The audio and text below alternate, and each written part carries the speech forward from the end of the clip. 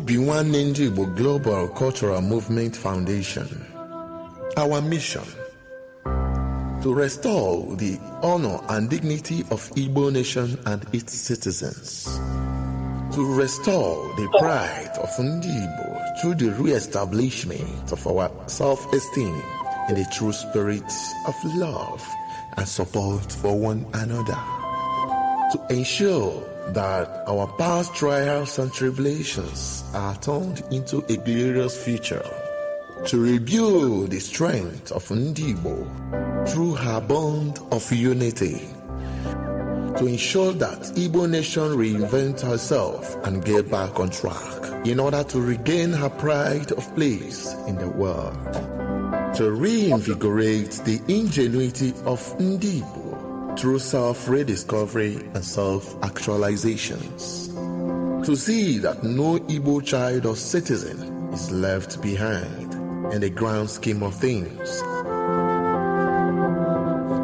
For inquiries, call Director Nwachineke Ugwu Okechukwu, Ukraine on +380 975 221413. Obinwannem Global Radio. Ịkwalite njirimara na omenala ndị Igbo. Obinwannem Global Radio. Njikọta omenala na ọdịmma ndị Igbo. With over 87 million people living in extreme poverty in Nigeria, corruption and poor governance only worsen the situation. That's why Caregivers International Corporation, an American-based organization, is committed to making a difference. We prioritize helping the poor and vulnerable in the 5 Igbo states: Abia, Anambra, Enugu, Ebonyi, and Imo, providing aid to those in need, empowering youth through development programs, and promoting accountability in governance. We believe that those in power must be held responsible for their actions. That's why we'll take any governor to the highest court of law if they abuse their power or engage in corrupt practices even after they've left office. Join us in our mission to create positive change. Follow us on Facebook, X, formerly Twitter, YouTube, and Telegram at Caregivers International Corporation. Together, we can build a brighter future for the vulnerable populations. Signed, Chief Daniel Chika, Chairman, CEO, Caregivers International Corporation.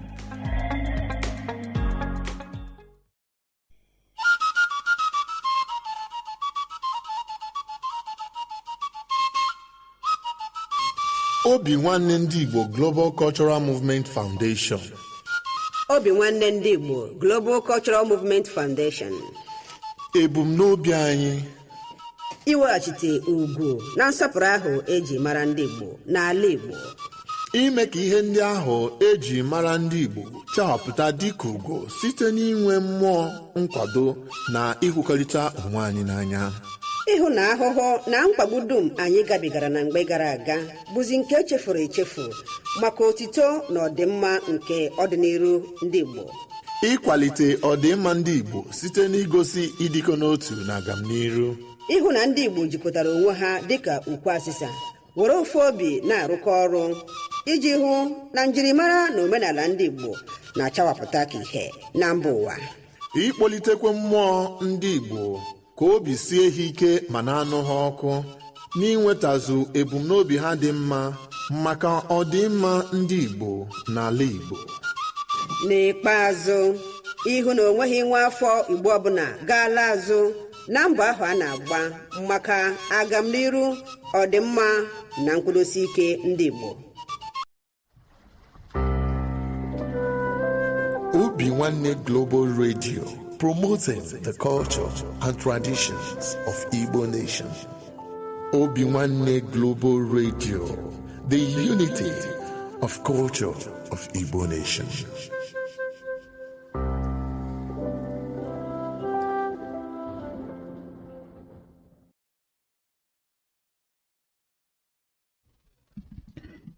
Igbo bụ Igbo ndị ọma na-ege m ntị, ekene m onye ukwu kenekwenye nta wee na-asị nke onye echiri ya zerekwanụ ya mara anyị niile mma n'ụbọchị tata bụ ụbọchị Nkwọ Ikuku ma bụrụkwa ụbọchị anyị ji ekene Chukwu okike abịa ma nke kere n'igwe kee n'ụwa mere onwe ya ekerie.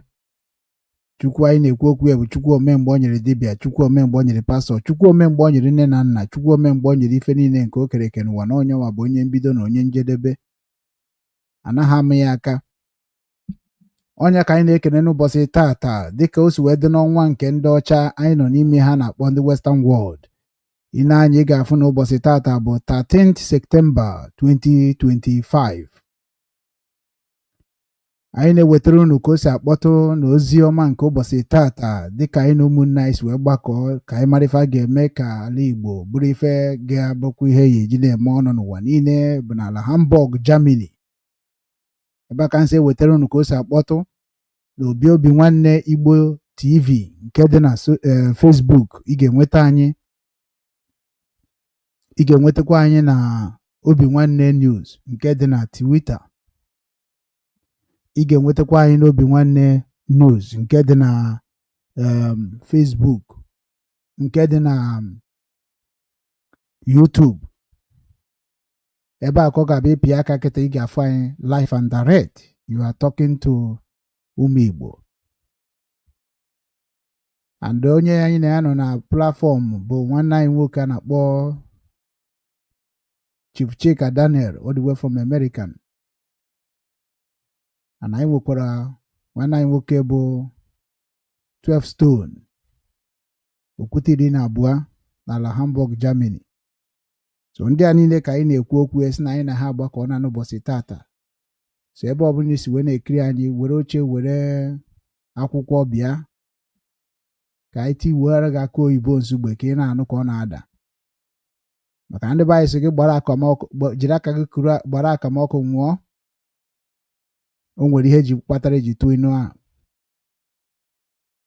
Oge a ga-eji wee dozie ala Igbo erugo. Oge a ga-eji mee ka ala Igbo bụrụ ihe ọ ga-abụ erugo. Oge a ga-eji mara ndị bụ ndị erugo. Oge a ga-eji wee kwuo eziokwu erugo.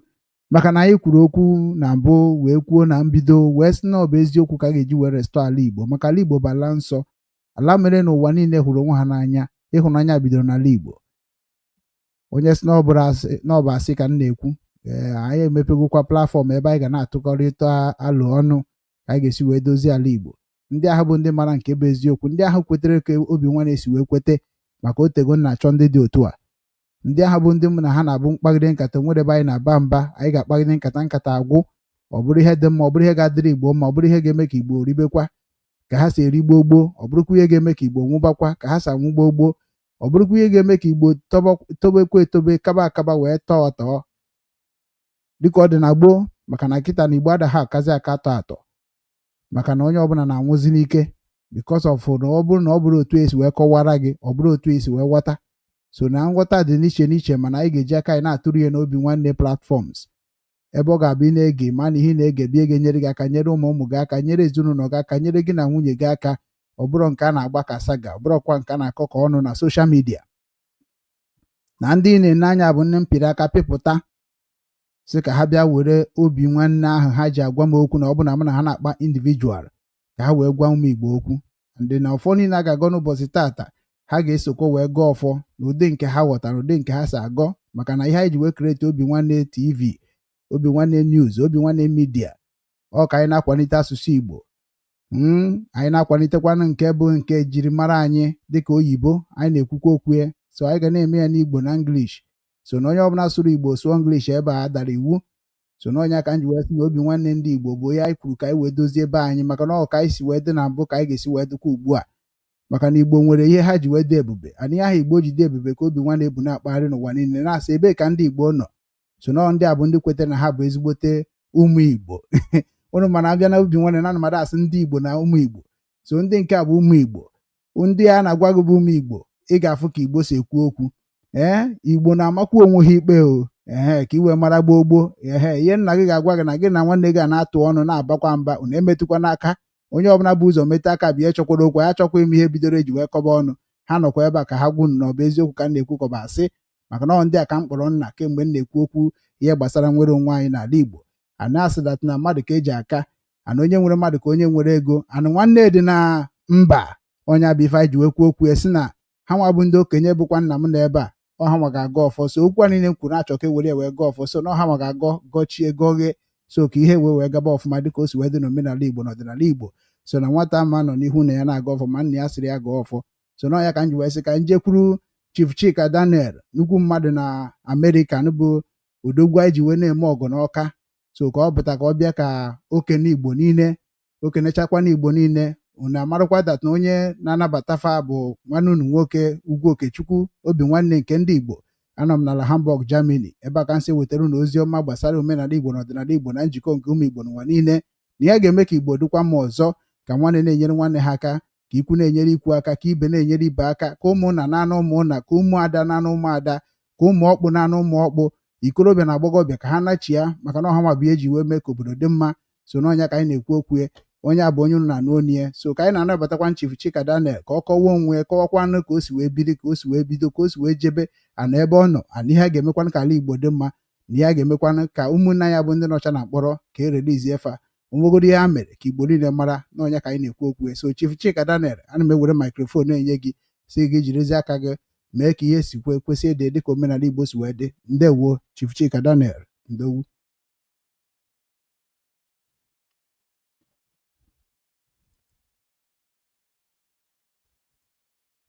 Ị ga-eme omutuo fon gị omutuo Obinwanne ya gaba n'iru. Ekele nne Igbo mụọ ọnụ, Igbo zụọ ọnụ, Igbo kachanị, Igbo buluno. Ise. One of them, Chief Daniel Chika, the chairman of Caregivers International Corporation here in America. Mana ebumnobi anyị ji wee mepee ya Caregivers International bụ ka anyị wee nyere ndụba anyị aka. A sị na ebe onye biko ọ na-awachi and na-akụ na-aga olu n'okwu ebe ochi. So na anyị Caregivers bụ a non-profit organization na-enyere ndị iwe na-esiri ike aka, especially ndị Igbo anyị na the 5 Eastern States enwe n'ala Igbo: Abia, Anambra, Ebonyi, Enugu, and Imo. So anyị nọgide gbam be anyị n'ala Igbo, onwe ebe ọbụla anyị nwee ike imenwu anyị na-eme ebe anyị chọbụ ka obodo anyị dị mma. Ị na-ebe anya ebe na-eme na ana Naijiria anyị niile nọ na ya. Ibro Lagos alụcha ma skyscrapers ma ọchịa ma ọchịa na-ebu na Abuja the same. Abịazịa ndị ọcha niile na-abịa apakọ mmanụ anyị ma resources anyị eji ebe na-ebudo mmanụ ọlụba bulu na-ebu.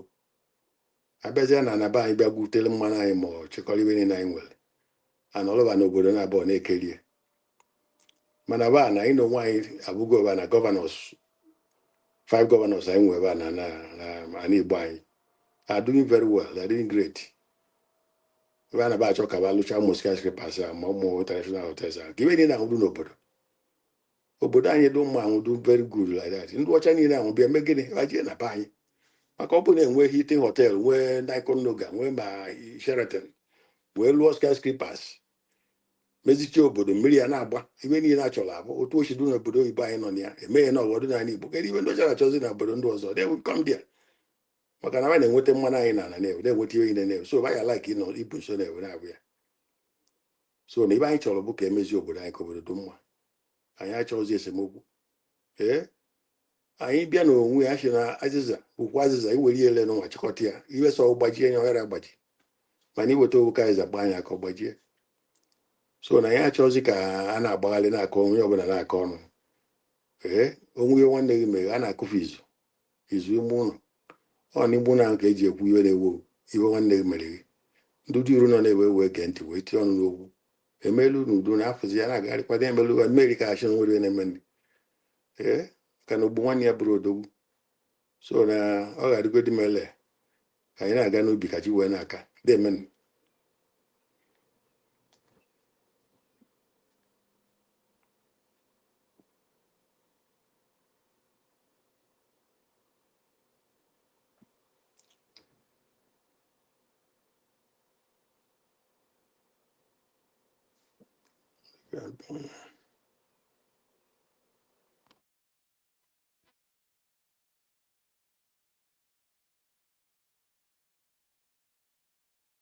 Okay, yeah, ọpụtabago.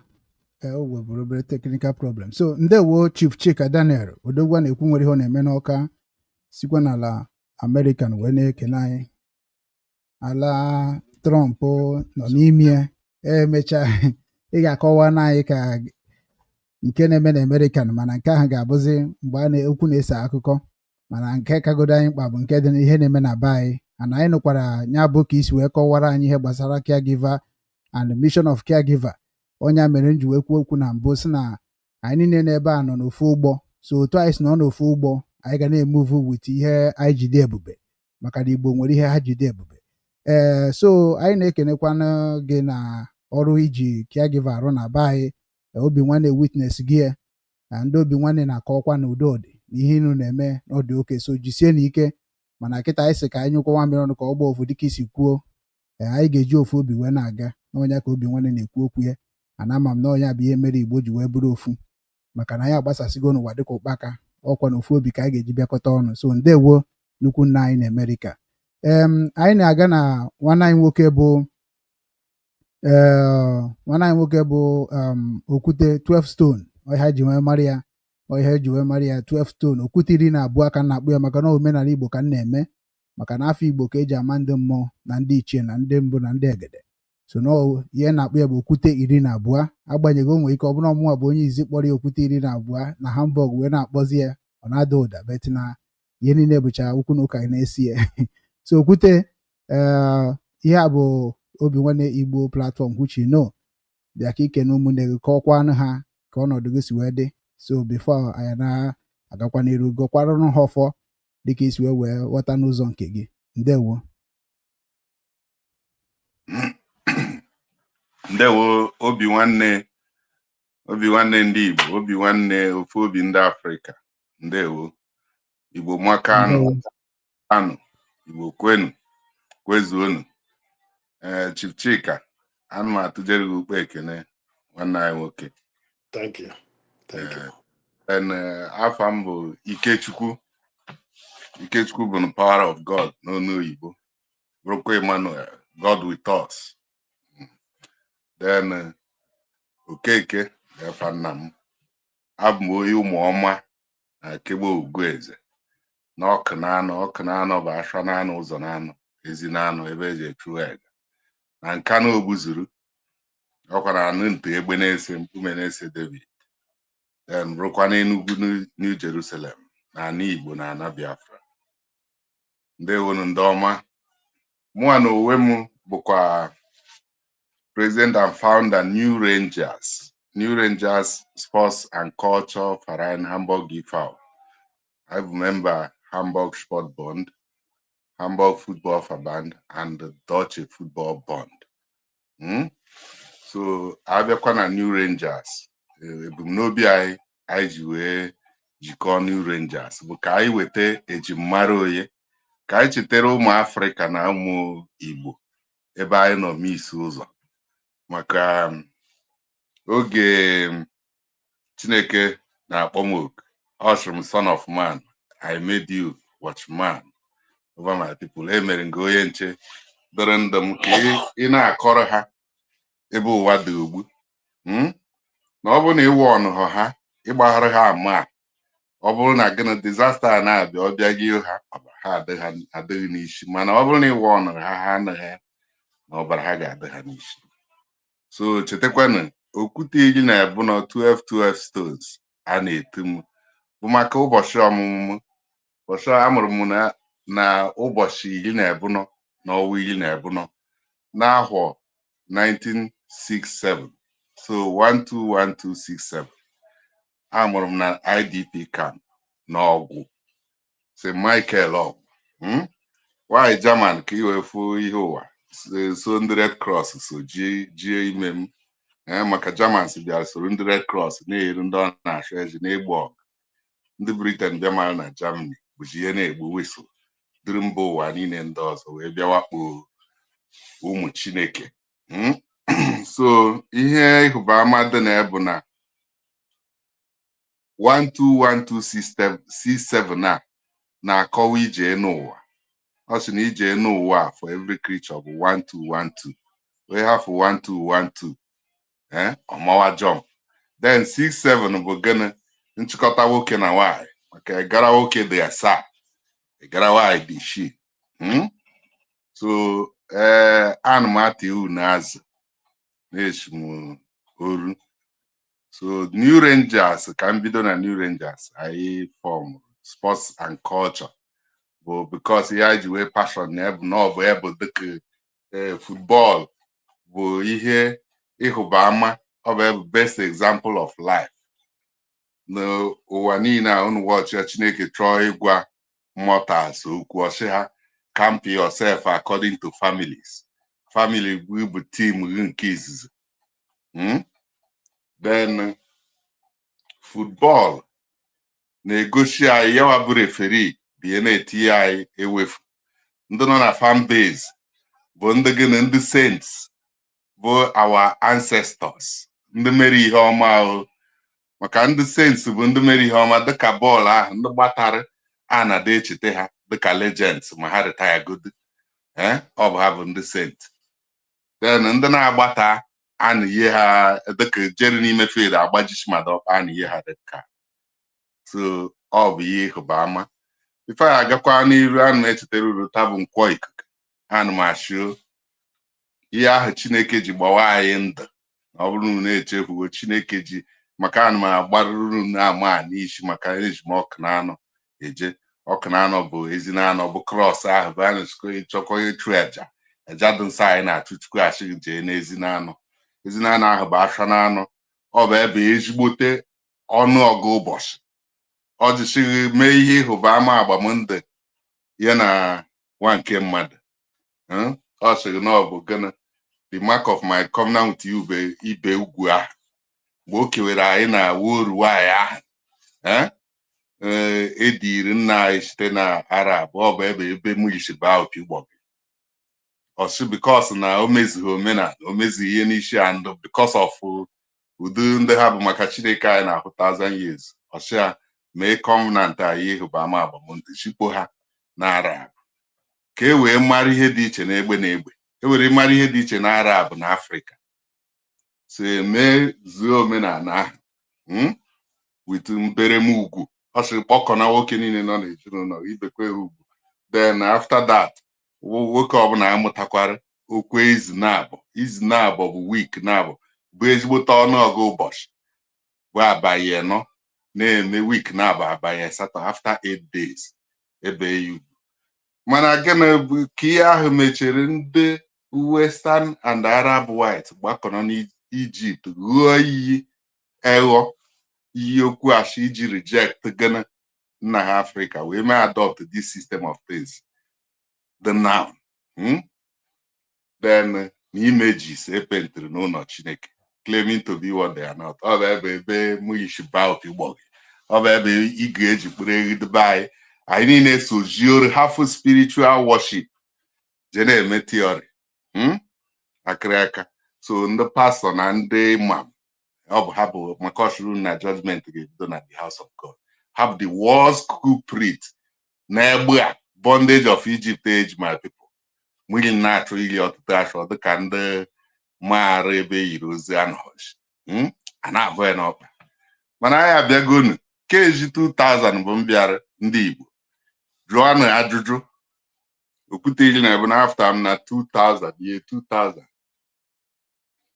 wee gbuo opi ike ahụ a na-egbu n'ugwu nsọ ndị ogene music of Zion ogene a na-akụ ebe niile enwere ike na opi ike na-ada n'ugwu nsọ ewe anyị na-akpọ anyị oku n'Enugwu obodo bịa nụrụ ozi ọma ọ bụ mba izu akụrụ egwu a so now na opi ike ahụ ka na-ada chekonu kemgbe 2000 before 2012 bụ ọdụ ka fọmụlụ IPOB then adịrị na-eje ebe a ka anyị ka nọ taa duto gị na ọsị na ya anụghị oku onye nwaanyị na-akpọ anyị chịrị anyị when my people call by my name shall repent oge ha ga-echegheri na gịnị n'udo ebe ha nọ misie ụzọ wee nakwute ya bụ Chineke na ya ga-eme gịnị ya ga-anakwutekwa anyị wee mee ka anyị si n'oru fụọ so egbughị oge unu na ịga n'ihe ama achịta bụ nkwọ ikuku ọma kusu n'ebe niile unu nọ eke ga-abụ eke ọma isi ahịa.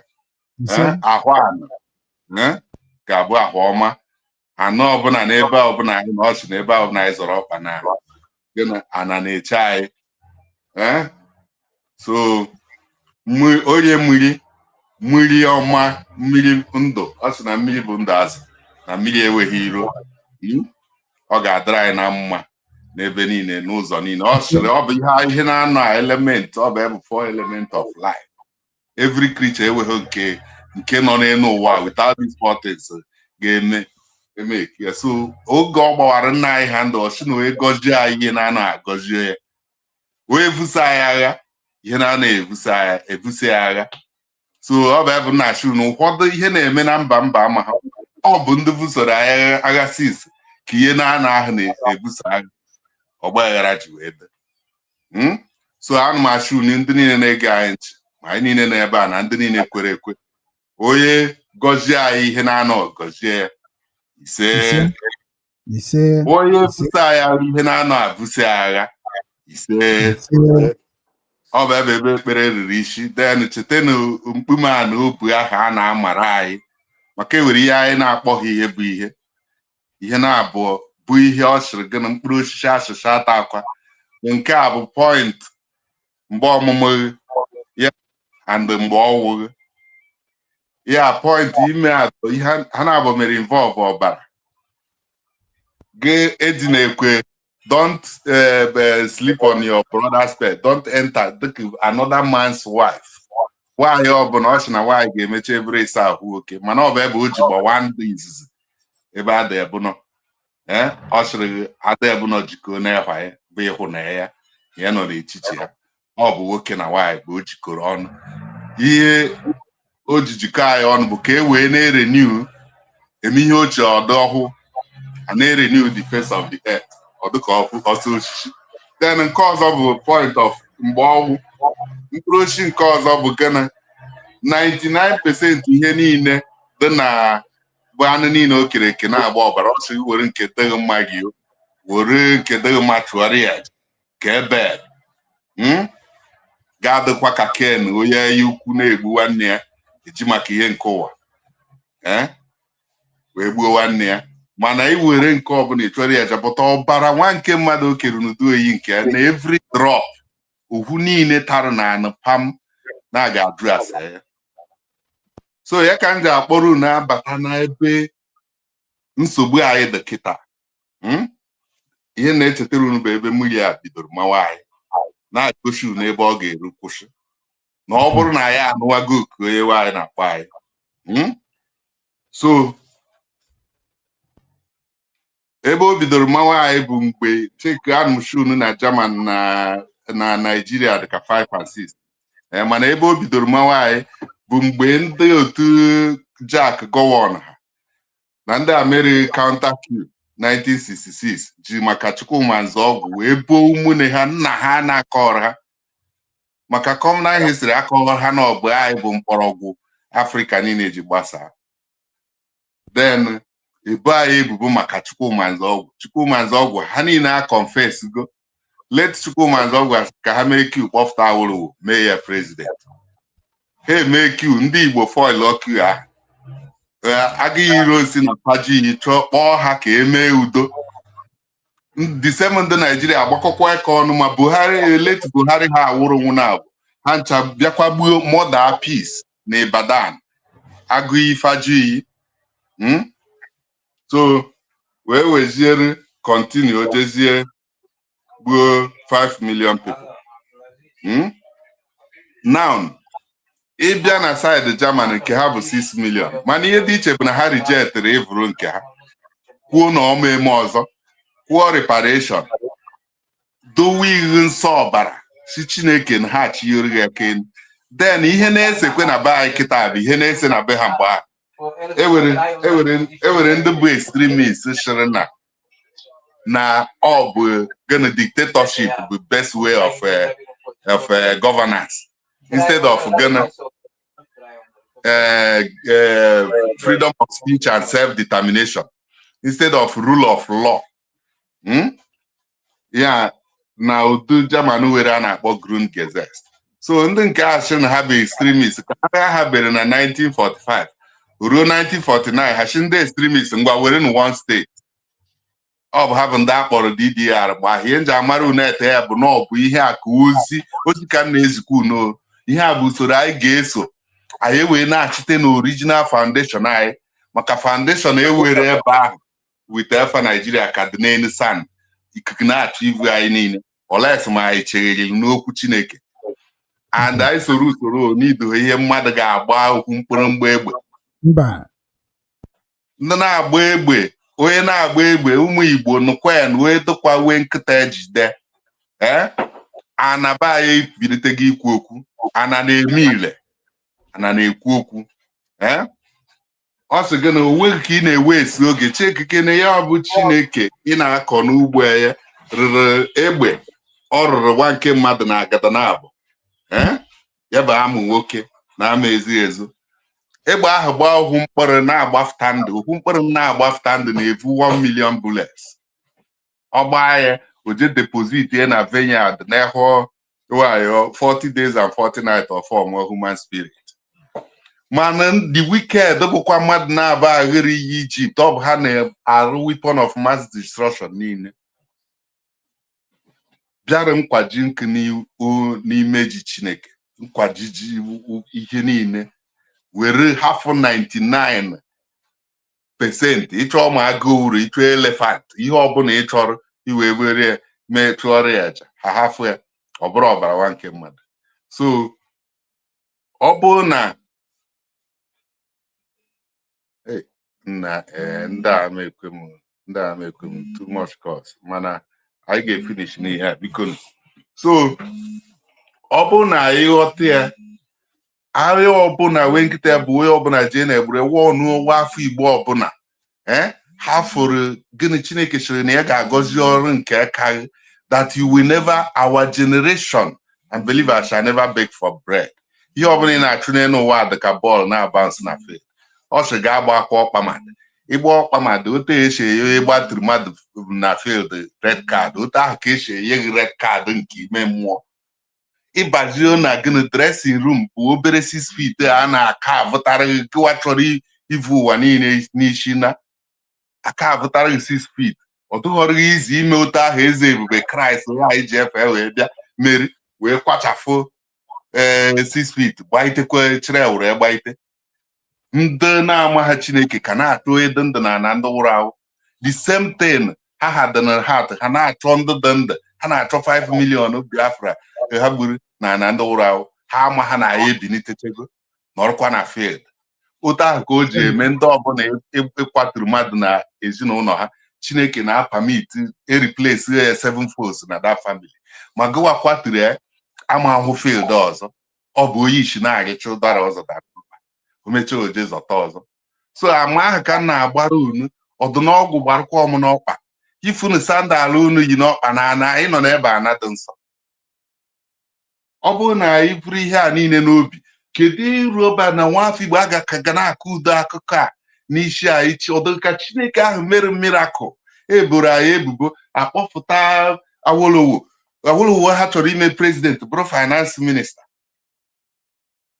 1971 agha bee eme gịnị declare abandon property sizie ego ndị Igbo niile ya 20 pounds every family bụ na Igbo niile hụrụ na flourish n'ụwa niile bụ 20 pounds ndị ahụ gbakọrọ aka bịa gbuo anyị egokpo obe ha niile mana anyị bụ weze na-ada efu na mba isi weze ada atọ na mba anyị adịghị ege na ọ bụ na anyị na-azụ anama iru ọma ka anyị webe eji na ji aga n'ubi uto na gịnị wụrụ agbamndụ ahụ bụ anyị waji ya fụta so I should go into the world and multiply love your neighbor as yourself ya ka na-achị ma ndị Fulani ndị rekrutiri na kampụ n'ime ọcha ma ndị ọcha rekrutiri ha maka ọha ghiri iyi Egypt the same people ghiri iyi Egypt biechi na back door na-abata n'obi eze that bank of the world Al-Kebula na Africa with that last kingdom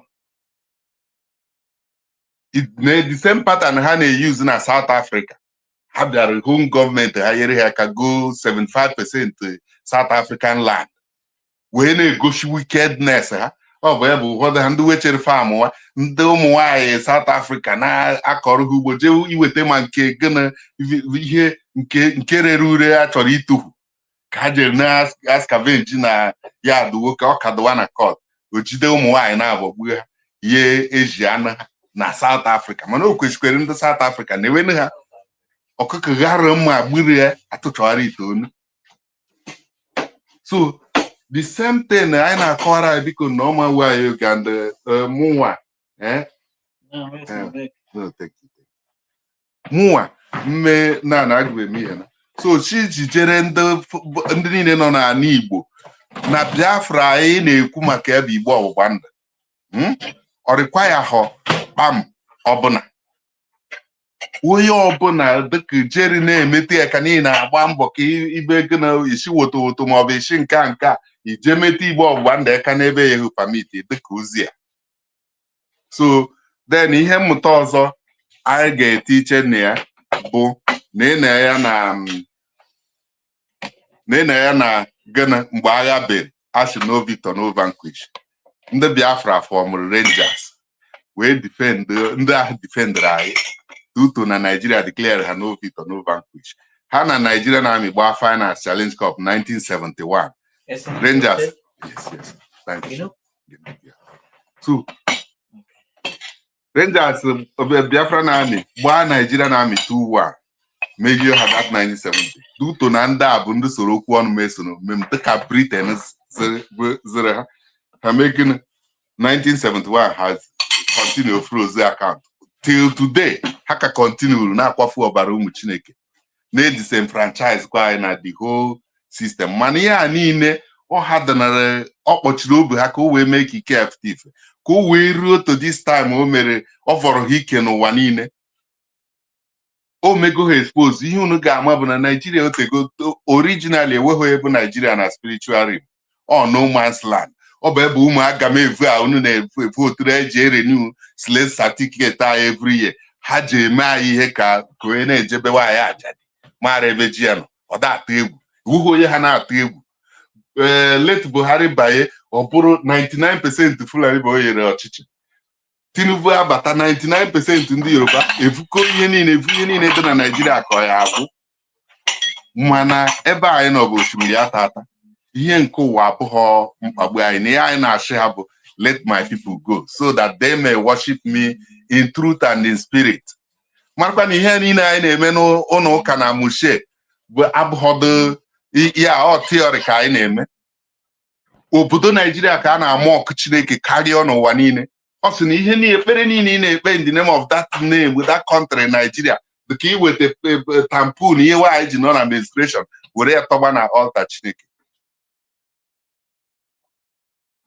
So ọ bụ na anyị hụbịa moto ahụ one bụ na anyị maara ihe mmụọ why suggest refer ahụ in the first place enweghị spiritual right over Nigeria mana o yere anyị 300 million people efa anyị kwete na amalgamation ekwetere anyị ọ bụghị na anyị kwere. We have never had any freeway since ahụ rukwe kịta o mee expire 1914 Maazị Nnamdi Kanu pụta na ọ so na redio na-agwa unu na-ekweghị Egypt ahụ na ọ bụ ebe ha maintain ọ bụ ebe ihe yere ha right and the United Nations mara ọ dịka officially na-consider anyị dịka ụmụatara ga-aghọgbuchi ọ bụ ebe na-enye ha easy passage. Ọ bụrụ na amaghị mara Nigeria Egyptian Army ka a na-akpọ ha na spiritual realm ha bụ official army. The unofficial army bụ ndị a na-enye free pass eje kampụ n'ime ọsha. Then ndị na-achị anyị dịka kedu ha na-akpụ ya slave managers ndị a na-adịghọ mma bụ uru ndị nze ihe ha na champion ọ bụ ebe ihe dịka onye dịka Soludo anyị ada akpọkwa ime ọ bụ ebule mmadụ na anyị na-achị ka anyị chegheri na kịta bụ oge ije America shi na 99% ihe a na-egbu na n'Igbo ọ bụghọ na eka Fulani adịghị ma ọ bụ eka ndị Arabization na ọ bụ sọ ndị Igbo, which is a lie. And one o mere ka o wee mee ha expose. So ime ha expose aha bụ iwatch of all go na judgment Simon Ekpa na Finland na judgment in the Canadian court unu kwue because I'm my fast no battery na ka me PowerPoint. Judgment Simon Ekpa na judgment ndị Finland. Judgment in the Finland na judgment in the Canada. But for the same reason, because they have the same generation and ha maara ihe ọ ha na-emere anyị ụwa niile terrorist index. Because na Nigeria bụ nation of fowls. Obodo ndị recruited Boko Bandit herdsmen iswapụ nọ na mission of Arabization ha na-eyi easy passage a na-akampụ n'ọcha ọ bụ ebe Buhari na El-Rufai for 8 years. Ha na-eme advance. Then ndị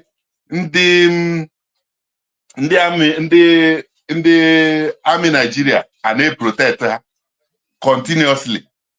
Enweghị anything ga-account there. Then Nnamdi Kanu nọ so na radio achụ ya otu esi chụ Sunday Igbo ka egbuo ọgbafu ọsọ na outside.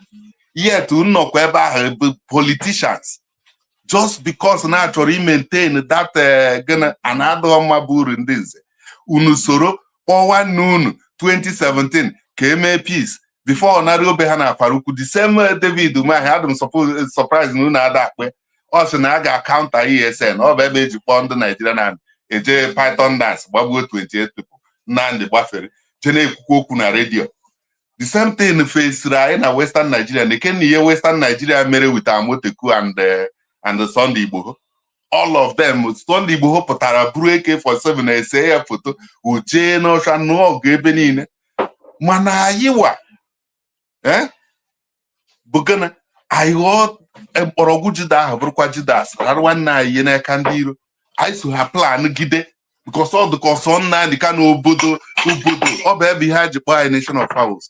So Nnamdi Kanu na Simon Ekpa bụ unu weta present to the world n'obodo terrorists gbugoro more than hundreds of thousands of innocent souls. And ewekwa ebe eji erekọnịa. So unu hụ na ahụgo na ọbago n'ifere mana ihe ozi gwara anyị kwuo mee bụ gị na anyị departzie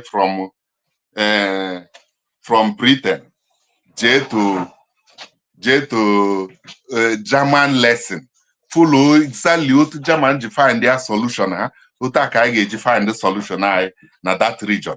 Onidi mmadụ iwibie ma ọ bụ anụ ọrịa ọgụ ma ọ mee anything. Maazị Nnamdi Kanu bụ innocent man Chineke ha dụnere obi fero ndị fero ahụ niile nọ ebe a ka o wee mee ka ike ya fụta ife.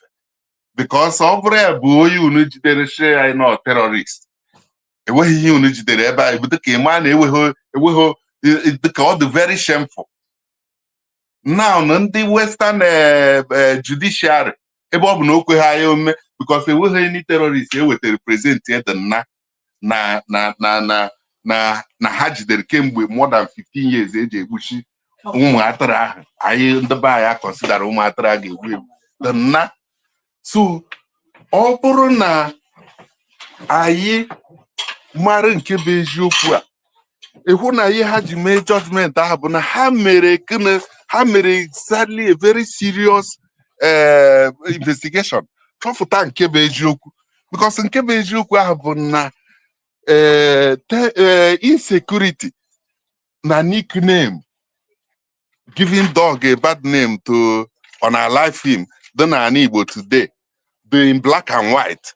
No ndị politicians bụ ihe mere gịnị mastermind re ọ bụghị na ọ bụ Nnamdi Kanu define the purpose na mission ya oge ọ call for ESN but around the same time a kpọrọ Amoteku.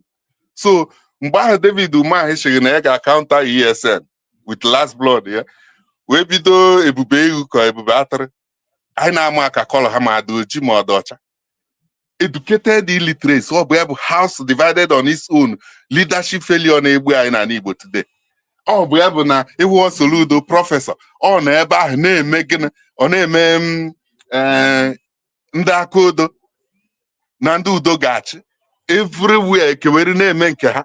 Then ndị iro anaghị eme advance na-aba anyị ime mọra mmụọ. So the people mara create that crisis and the same script ha use na northeast be used na southeast. Ọ bụ ya bụ ihe na-ahụ n'ọlụ na Okigwe kita.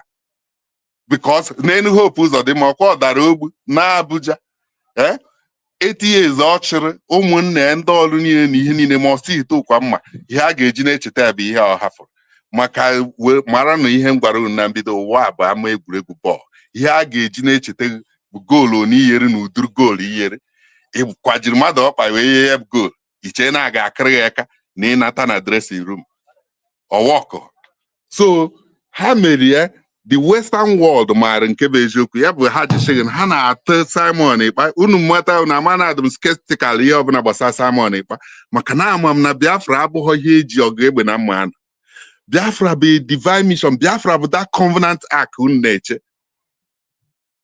so naanị mgbe o jidere woto si mee nke a mee nke a jide eziokwu na ha ma eziokwu ịhụ na anyị ga-esi n'orufọ maka eziokwu ka ọ sị na ọ ga-eme ka anyị si n'orufọ then emegide ya ihe a ka ha findchara hụ ka esi create that crisis dị na Ọlụ na Ọkigwe then mara ndị dị connected to it ya bụ ihe ndị Canada ji wee declare na APC na PDP chịrị Nigeria for more than 35 years na ha bụ terrorist organization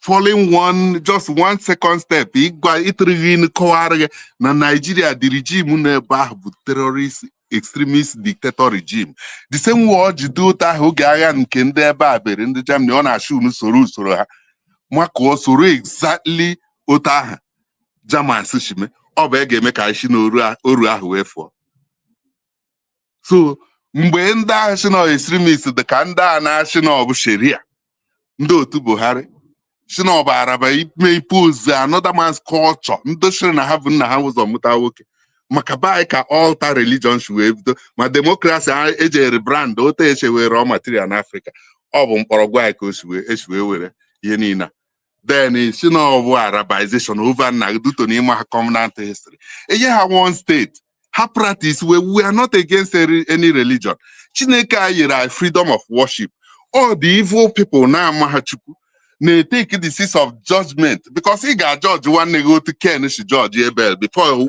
obi wee karị ị hafụ 99 ihe ọ chịrị wee otu ọrịa aja werezie ọbara nwa nke mmadụ o kere n'udo oyi ike so ọ bụ na anyị ghọta ya ndị a ka anyị wee mara ihe mana hawa na onwe ha ọ bụ ya bụ ọ sịrị do not be ignorant of the vice of the wicked ọ bụ ya bụ pattern ha Britain o America o Finland ị na-ekwu ha ncha bụ ohu agbara dịka Africa niile ji bụrụ ohu agbụrụ mkpọrọgwụ Africa ji wee offshoot Africa ji spread bụ data Igbo so ọ bụ ya bụ symbol Igbo na symbol Africa ji bụrụ ohu ihe ụfọdụ na-amaghị na-ada oge anyị weftere symbol Konig de Love ka ndị German na-akpụ the Lion King that is the lion kpu sunshine kpu rising sun crown rising sun n'ishi ha sị na ọ bụ Biafra nkọmkpọ ụmụ Afrịka ndị ọzọ niile ma ndị Somalia ma ndị Fulani West Africa ndị ọzọ ma niile maka anyị hosturu anyị ji data symbol host kpọkọ Africa niile host first edition Nations Cup na Hamburg ha nchanye ekwu one slogan one for all for one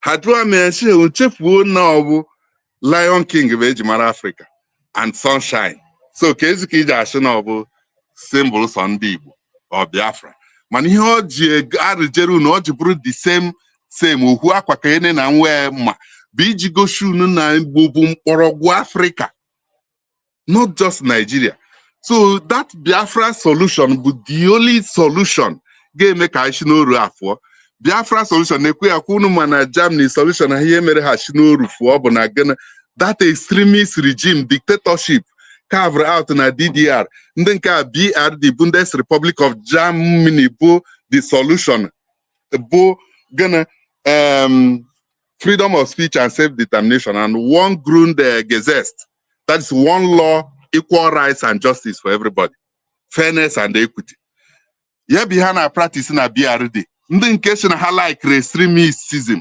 ashe ha soro DDR ha dị around 17 million ndị nke nọ na freedom dị ebe 60 million before emara ihe na-eme ha ncha chọrọ ịgbafe na the other side until 1961 arụ ọrụ ha Berlin Wall the thing wee na-eri ha otu ochi ruo ndị Nigeria n'imi kịta ego iwe na-ayịcha ha ya apịa ha wee rise up Where should I gonna? We are the people. About the only one language. Sorry, we sind the fox. That is we march out women and children, old and young. They occupy government premises. Nine. General hara week to week. Because stand down. No, I should forget. Me, I in a me. No, to go. Our mumu never do.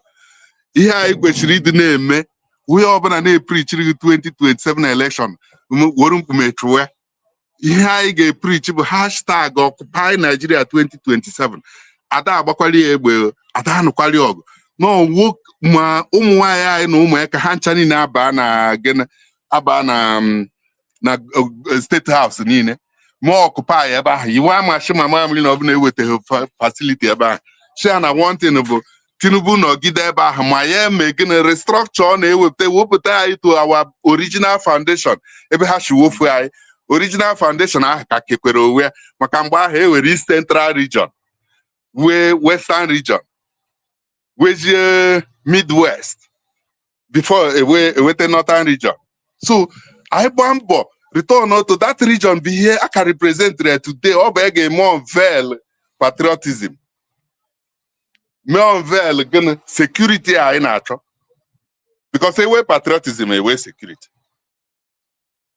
the same way the same thing ka German na practices are because emechere gonna mgbe the people rise say na we are the people a collapse or that extremist dictatorship authoritative government one party system a na-akpọ social Einheit Partei Deutschland a collapse but she collapse dịka ha dịka ndị dọrọrọ and otu a ka ọ ya adị ndị be anyị biko nụ ndị be anyị achọghị m iwe ogu na ekwutejiri m nne today mana ihe njikwu ya bụ na batrị m na-agwụgwụ nshi ka m kwuche ihe niile m ga-ekwu okwu oge biko na I follow this lesson nwekwa ike ijoin anyị na New Jerusalem Voice TV on TikTok bụ New Jerusalem Voice TV or Emmanuel Kena on Facebook anyị na-apụta na-eme broadcast mana okwu anyị ama ejiju ahụ maka na ozi Chineke bụ dịka otu ahụ o ji were mkpịsị aka dee ihe n'elu okwute o wee mfiche and ọ bụ ebe ihe na-ezi unu ndewonu ndị be anyị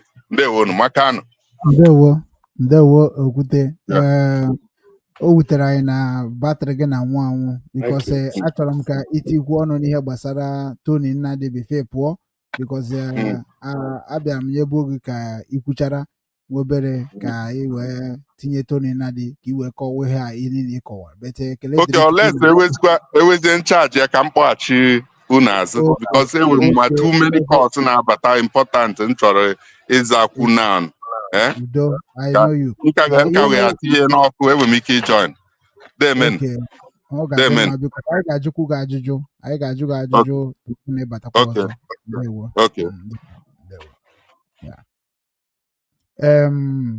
Chief Chika Daniel enugonu ka o si wee kpọtụọ n'ọnụ CEO of New Rangers Culture and Traditional Foundation in Germany. They are also into sports. And ọ bụkwa nwanne anyị nwoke m metere ebe a n'Enugu meeting. And ya nwere onwe bụkwa former chairman of Enugu Union in Hamburg. And ya nwere onwe emego ọtụtụ ndị mmadụ invite from Nigeria, even ambassador of Poland. Ọ na-arụkọkwa with all the government officials of our home. But na ịmana ndị be anyị na like ndị na-agba egwu ha ndị politician anyị ka ha bi na-asị ndị be anyị ndị politician anyị na like ndị na-agba egwu ha ọ bụ na ịda agba egwu ha ịma na gị na ha ma arụkọ otu a ka ọ dịkwa ọtụtụ ndị freedom fighters so na ịbịa n'obodo a ị na-afụ ya ọ dị ka ọ naghị ekwu ndị mmadụ na-afụkwana ya ka ọ nwere ihe ọma bet ihe ọma bie na anyị doe and ndị mmadụ na-egekwana ya ntị n'onu mgbe ọbụla ọ na-ekwu okwu egebe ya ntị mana abịazie ka esobe ebe ọ so ka esoro nweta ihe ahụ a na-ege ntị ahụrụ n'anya ndị mmadụ na-azụ na-enwekwa ekwuru n'anya ukwu ya bụ otu ife ahụ na-ejidekwa anyị so ịnụgonu ka o si wee kwuo na okwu niile o kwuru ọ gụwa ga-ejizi aka gị wee marazi ebe ị ga-etikwu ọnụ wee mee ka ọ dị ka o kwesịrị isi dị asị nnukwu mmadụ na obi nwanne and nnukwu mmadụ na caregivers and nnukwu mmadụ na American and odogwu si n'ọka wee gaba American. Ndewo na anyị microphone bụ ndewo. Thank you very much. I understand Makade. Can I know that Nnadi Tony. send it. Okay, best. Okay, na. Okay, ọ dị. Ụmụ Igbo dịka anyị na-ege anyị ntị n'onu, ịnọ na Obinwanne Igbo TV on Facebook, ndị nọkwa na YouTube ịnọ na Obinwanne News, ndị nọkwa na Twitter ịnọ na Obinwanne News.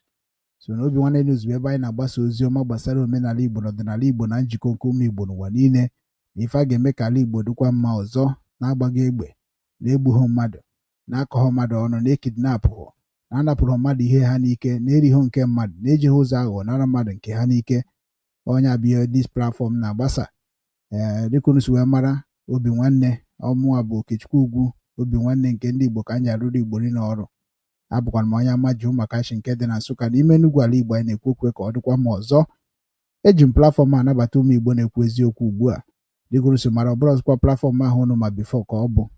Nna anyị anọ na screen ebe a bụ ihe na-akwado this platform since almost ebe 2 to 3 months now. Onye nwe na-akwụ ụgwọ anyị ji stream gbaa mbọ fụ na Obinwanne na-ebubata ndị kwesịrị.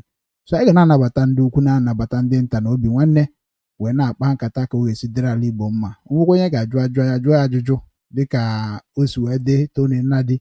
Tony Nnadi nwere okwu n'isi Maazị Nnamdi Kanu, kwukwa n'isi Simon Ekpa, kwukwa n'isi IPOB, kwukwa n'isi ihe niile gbasara ma ụwa zuru ike. O kwuchara ihe niile, wee sị mba na anyị ga-ege ya ntị, na anyị gee ya ntị. Ọ bụ na ọ bụ ife o kwuru bie mere eme, then anyị nwanne nwaanyị achọbana ya ka ọ bịa ka ọ gwakwa anyị ka o si wee mee, and ka a ga-esi mekwanụ ka o si dị mma na ihe ndere dịka o si wee dere m akwụkwọ na mba akwụkwọ.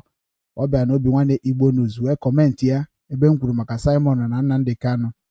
Ọ na-akọwa na mụnwa na ụmụ aghọtachabeghị ihe na-eme na this Biafra struggle nke m na-akwado, and ọ ga-adị oke mma for my health and for my good living and the care and the protection of ndị ahụ na-eji maka ya wee na-ekwu okwu. If I feel like na mụnwa na-ekwukwa okwu ka ọ dị mma, then ma na m ga-ege ya ntị wee fụkwa n'ihe ọ ga-esendịrị m dọkụmentị o sendigasị m. Ọzọ na ọ ga-esendikwa ya na Facebook, o sendikwara ya dọkụmentarị ihe o kwuru na nke Dr. Njakịrị nwanne anyị nwoke kwa bụ Okonkwo na American, bụ nke ndị na-ahandụrụ Sahara Reporter nke Chowere bụ onye isi fa. And ya bụ interview emere na nke Dr. Njakịrị, interview a ka ọ sị m jee wọchị ya then na mma ghọta ife ahụ m chọrọ ka mụ na ya kpaa na fon 1-on-1. So na ọ baghị uru na na-akpa ya ka nkata na ya ekwukwakwa ya na ihe ahụ m chọrọ n'ọdịna vidio ahụ oge sendịrị m. Ana o sendịrị m ya bụ vidio, ana ekirikwara m ya, gekwa ya wee ghọta asa aka ochie na IPOB, asa aka ochie na-eso Nnamdi Kanu, asa aka ochie na-ekwu maka Biafra, asa aka ochie bụkwa onye nke mere Obinwanne ji wee dị ile n'ụbọchị taa ndị Igbo wee na-ekwu maka Obinwanne. Mụnwa na ụmụ nwere ife nghọtara dị ya, anachọ m ka anyị niile tinye ọnụ na ya wee marakwana nke o kwuru dị mma. Ọ bụ na nke o kwuru dị mma, anyị akwado ya. Ọ bụ na ọ dịrọ mma, anyị achọbana ya ka o wee kọwara anyị ihe o ji ekwu ụdị okwu a. Maka na ọ bụrụ na eleghị gị ele, ịmana egoro gị ego. Okwu ndị okenye ka m na-ekwu na Obinwanne Igbo TV, maka ndị mụ na ha anabata na ndị ga na-anabata ugbu a bụ ndị okenye. Anaghị ga-anabatakwa Tony Nnadi ahụ ka ọ bịakwa werekwa ọnụ ya wee kwuo mbọsị ahụ a ga-emekwa ya, ọ bụrụ announcement. Anyị nabatakwara n'ụbọchị taa anyị mere invite, mana ọ bụ ya na-akpọ emergency invite. So ọ bụrụ na ọ bata, ọ ga-adị ma ọ batakwana nsogbu adịrọ ya.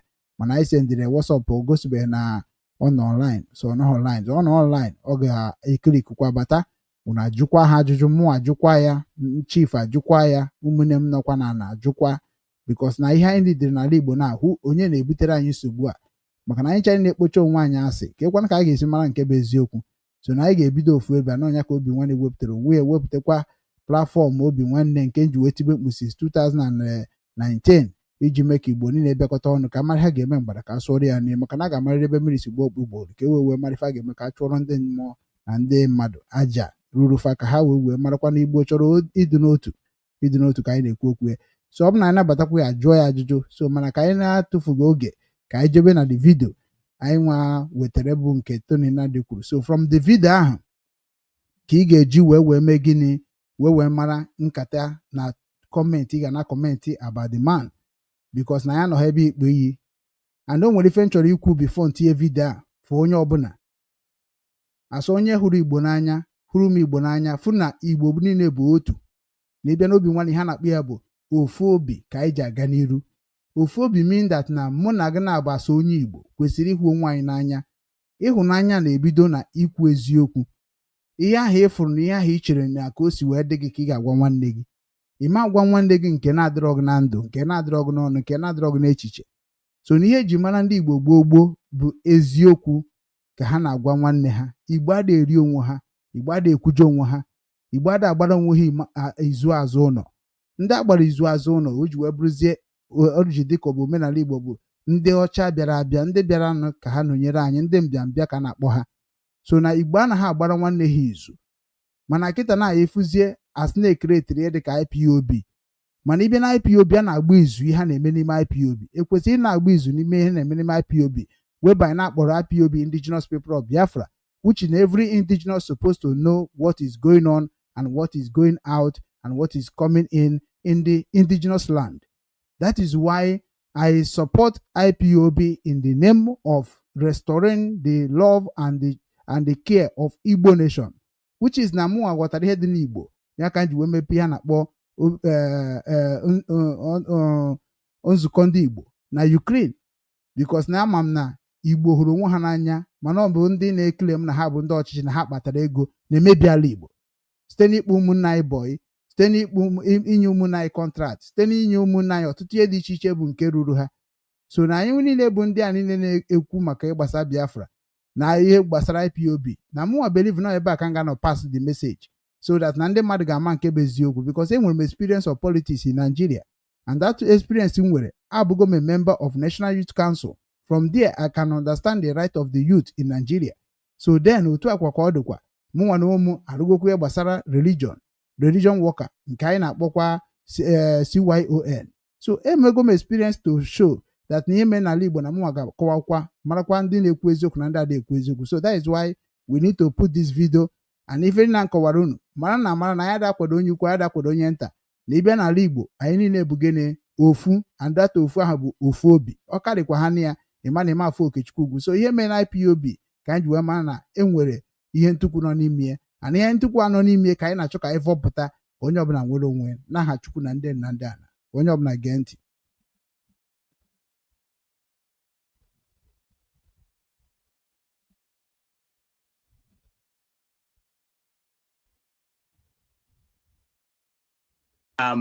What you are saying sounds in a way not different from what Simon Ekpa said on this show a few weeks ago. Let me play that for you, and then I'll get your take on the other alternative, because what you are presenting is one alternative to the Nigerian problem. Other people will have other alternatives. So let me play this and get your take on that. What do you expect will happen? You think Peter Obi is wasting his time running for president? Peter Obi is not just wasting his time. Peter Obi is, I don't know any derogatory word that I will use to quantify Peter Obi. Peter Obi is not running for president. Peter Obi is only in this race to distract Biafrans. That's all. They want to get somebody from the southeast who will now come as a Biafran, so that it will be on record that in 2023, a Biafran ran for Nigeria president. That's all. So he's not running for president, and he himself knows that. What if he wins? Why is he going to win? Is he going to win from your vote? What if he wins? No. We are not even talking about winning, because we can't allow election in Biafra land. So if he is going to win, he's going to win from the election, voting from the northern Nigeria, because his running mate is a Mauritania. He's from Mauritania. Are you aware of that? All right. Where's Tony? Hello? Yeah, I'm here. Okay.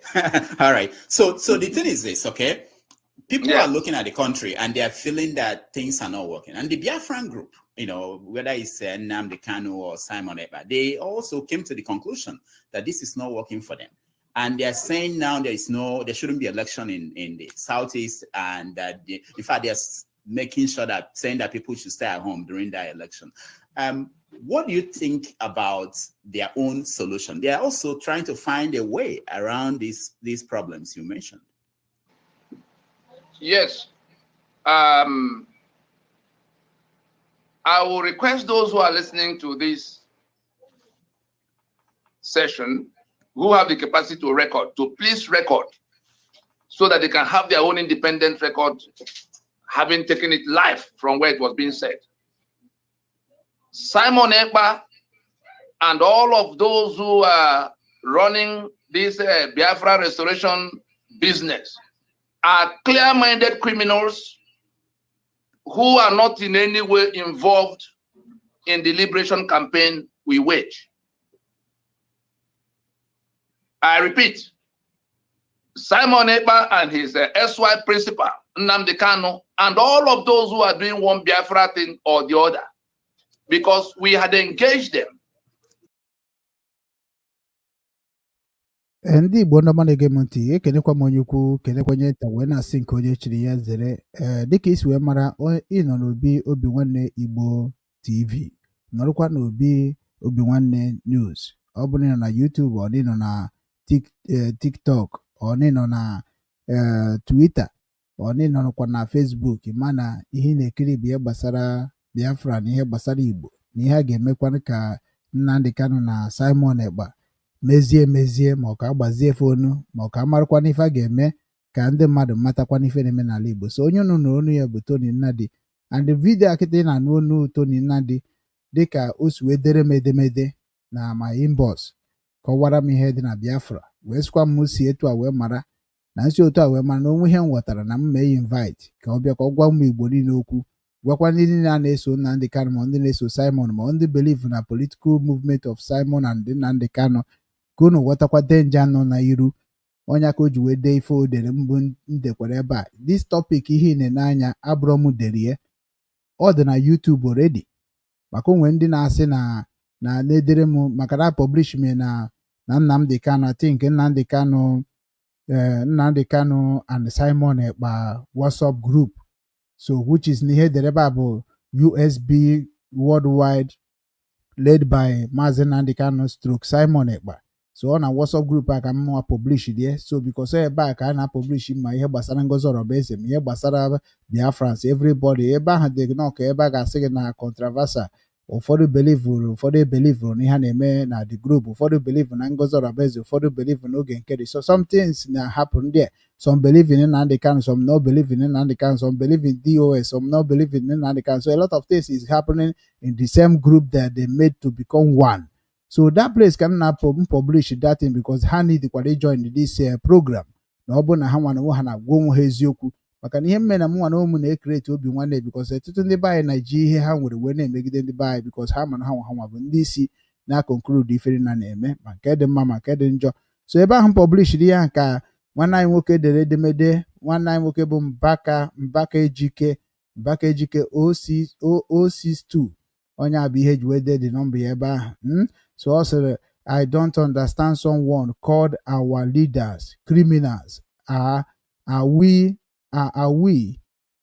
still inviting the person and we still allowing the person to move?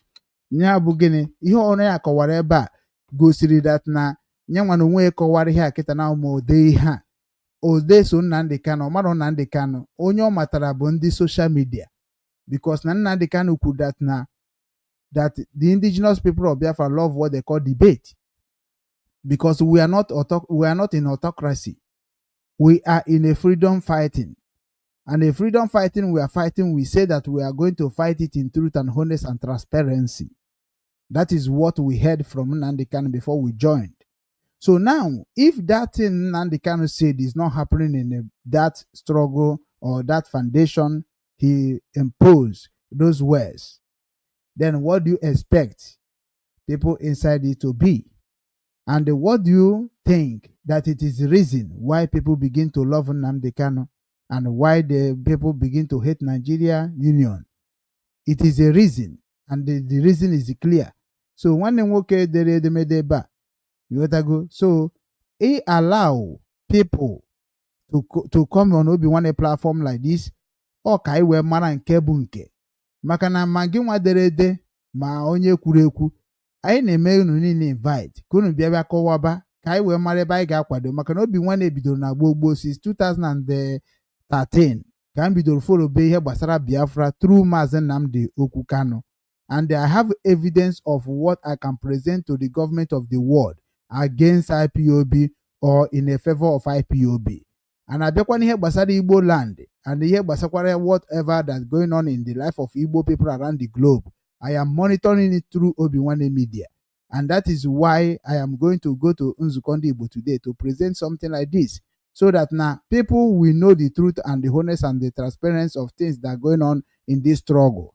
Because ije ihe gbasara Igbo Union, anaghị ekwu maka Nnamdi Kanu, anaghị ekwu maka ala Igbo edem, anaghị ekwu maka insecurity, ana m ajụzi gị ka na-emezi na Nzukọ Ndị Igbo. So a ga-etinye okwu ọnụ because kịta ya mụrụ ndị bụ criminal na ndị abụrụ criminal. So onye ọbụla bịa jiri ọnụ ya gbara onwe ya ka ọkụ nwụọ n'obi nwanne Igbo TV, ebe ị ga-ekwue n'olu Igbo, ịchọkwa ikwe na bekee ikwue na bekee. We are all there because we have people that are going to be questioning you in the same bekee. So whenever we are running OBINWANNEM, we run OBINWANNEM in Igbo language and English language. So let us now listen this video, continue listening to this video. And remember, this video was 2 years ago. It was 2 years ago, not now. It was 2 years ago. So now 2 years ago video, before the cleaner, and in a na ihe 2 years ọ ka na-arụ ọrụ ebe okwu ahụ ọ na-arụ ọrụ ka ọ na-arụ ọrụ. Okwu ahụ o kwuru oyiri ihe na-eme na ka o yiri okwu ahụ na-ekwu na ọ ga-azọ mkpa na-eme ihe na-eme na ka ọ gaghị azọ. Ọnya bụ ife eji eti the video ka anyị na-agakwa n'iru n'egi because okwuchabe chief ọ ka na-aga n'iru ka ajọsụ m sị ka nkọwa ndị baanyị ka ha wee na-aghọtakwa ihe na-eme because ụfọdụ nwere ike na-egeche na-asị kedu ihe na-eme ka ha uche ha dị ihe a na-eme. Ọ dịkwana m ka the best thing bụ okwu eke o kwuru asagodi enye before ewe okwu ọzọ. Because agwọ na-agbụ ya nkịtị ka ọ kọrọ jowele ya azị ama ebi ya na wee ya gbazie onu ma ihe o mere ma nke o kwuru ọdụ mma ma ọdụ njọ. So n'ele ọkọgọ ebe nke nwa ya akọwagodi ya akọwagodi maka nke ọkọlụ. Nna ngwa gaba n'iru ngwa okwu gode mma ndị ọnya ka nji wee sị ka njụ ajụọ na ajụjụ adị efe ụzọ. So ngwa gaba n'iru tinye ọnụ na nke okwu na-ekwu. Anyị anụgo iwe o kwuru ịghọtago. Uche onye anara adụ onye ọbụla njọ, uche mmadụ anara adụ ya njọ. And onye ọbụla nwere right ikwu iwe bụ uche, kama na iwe onye ọbụla enwerezi right bụ ịfọsụ onye ọbụla ka o mee ebe ahụ o filu na uche ka ọ bụ. Ị nwere ike ikwu uche gị na iwe ka ị chọọ ka ọ duele ịghọtaba, mana iwezi that power ishizi ndị ọbụla na they must believe na iwe ịkọ. Onye ọbụla nwere uche nke ya, ndị uche nke ego ji ga na-agbazi onwe onu. Nke izi bụ na okwu nwoke ma awụrụ abụ, okwu ya awụrụ abụ ọ dụrụ strong.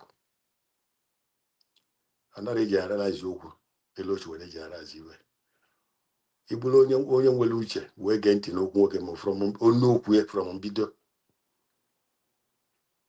ewu na o nwere mgbe o ji wee nweri 20% or 15% na interest n'iwe ndụ na mgba na-abọ from okwu ya. Ọ dị ka onye iwo mmadụ na-ewo iwo ndụ na-abọ na-ewo n'obu nke ya. Now iwe mma jụzụ ka nje onye jụọ onye abụ iwe ọkọlụ 2 years ago. Kedu ka o si ya ba and kedu kweni Igbo mere since 2 years ya nweba ya do better than ndụ na-abọ na-eme. Kedu Igbo megolu since 2 years ya nwụ maka ọ nọzịrị Nnamdi Kanu nọzịrị ngani Simon Ekpa na nga. Kedu ibe ya nwere onwe emezili to change for better ibe anwụ chọ ka eme. Enwere Igbo mere mana ọ bụ na o meziri ya sa anyị nke ahụ ka anyị wee bekazụ ga-enye ntị Igbo n'akọ. Nnamdi Kanu owu onye ka Chineke ji ka ebute ọnwụ obodo ji eji ọgwụ. Owu onye ọ na-adụ mmadụ na-abụ. The president of Ghana Rawlings, former president of Ghana Rawlings, owu onye ya butere ọnwụ Ghana ji wee ji ọgwụ mgbe ejere ọgwụ. Mgbe ahụ o mere ibe ahụ so many people ekwere n'iwe ome. Ọtụtụ Christians ya ma ndị ji iwe alụ nwaanyị na-eme mgbanwe eri iwe ma ndị otu na sọpọtụ ekwere. Mana gịnị mezi o gburu majority of them eliminate ebe Ghana wee duela ọrụ. Kwa Ghana dozi mma ba Orogana una choose anyị bụ ndụ Nigeria ichi na bebe for. Ọ bụ na o gebere ntị ndụ mgbe ahụ na-agwụ ya n'emene emekwenye na omegbu eme nke okay wufte ga na ele ọdụta ga na aka cancel injure of myself. Nnamdi Kanu futale iwe na-emeni dobe ndụ mmadụ anya kọwabala anya ndụ ọ na-akọwale ndụ na-aghọta na-aghọta ndụ ahụ bụ ndụ ya chọrọ ka agwa anyị nke bụ eziokwu ahụ ka ya bụ ka anyị wee nọ n'ọchịchị ka wee na-amị ka bachi amị wee jezie wee rekrutuo ndụ ejenti nkebe from be anyị ya rekrutuo ndị ejenti nkebe from be anyị a ga-ejizi wee na-eme alụsị anyị alụmala iwe ọbụla dị mma baghara ekwe na ọdụ mma iwe agada nke ndụ jọ ka a gara agbapụ oke maka na ọ bụrụ na mmadụ na-achọ ka ya kwuo iwe maka obodo ma ọ maka mmadụ ọzọ ịkọwagodi elu ike eshimie ka ọ dị mma karịa nke onye eme maka ibe na ọ kọrọ anyị ba maka Nnamdi Kanu na Simon Ekpa o nwere ibe nye nwa na onwe ya kwugoloba bụ ibe dị ụmụala ya convince mmadụ anyị wee believe onye iwe ọ na-akọ none of the realize ya na Simon Ekpa mmadụ iwe ọ na-eme na Nnamdi Kanu amara iwe ọ na-eme o nwere ezi onye ma iwe ọ na-eme ngwago nwa na onwe iwe ya ma iwe a na-eme karịa ndụ n'ime kedu nke imegoro nọ so n'okwu ya bụrụ abụ kana maka anyị na-ege ntị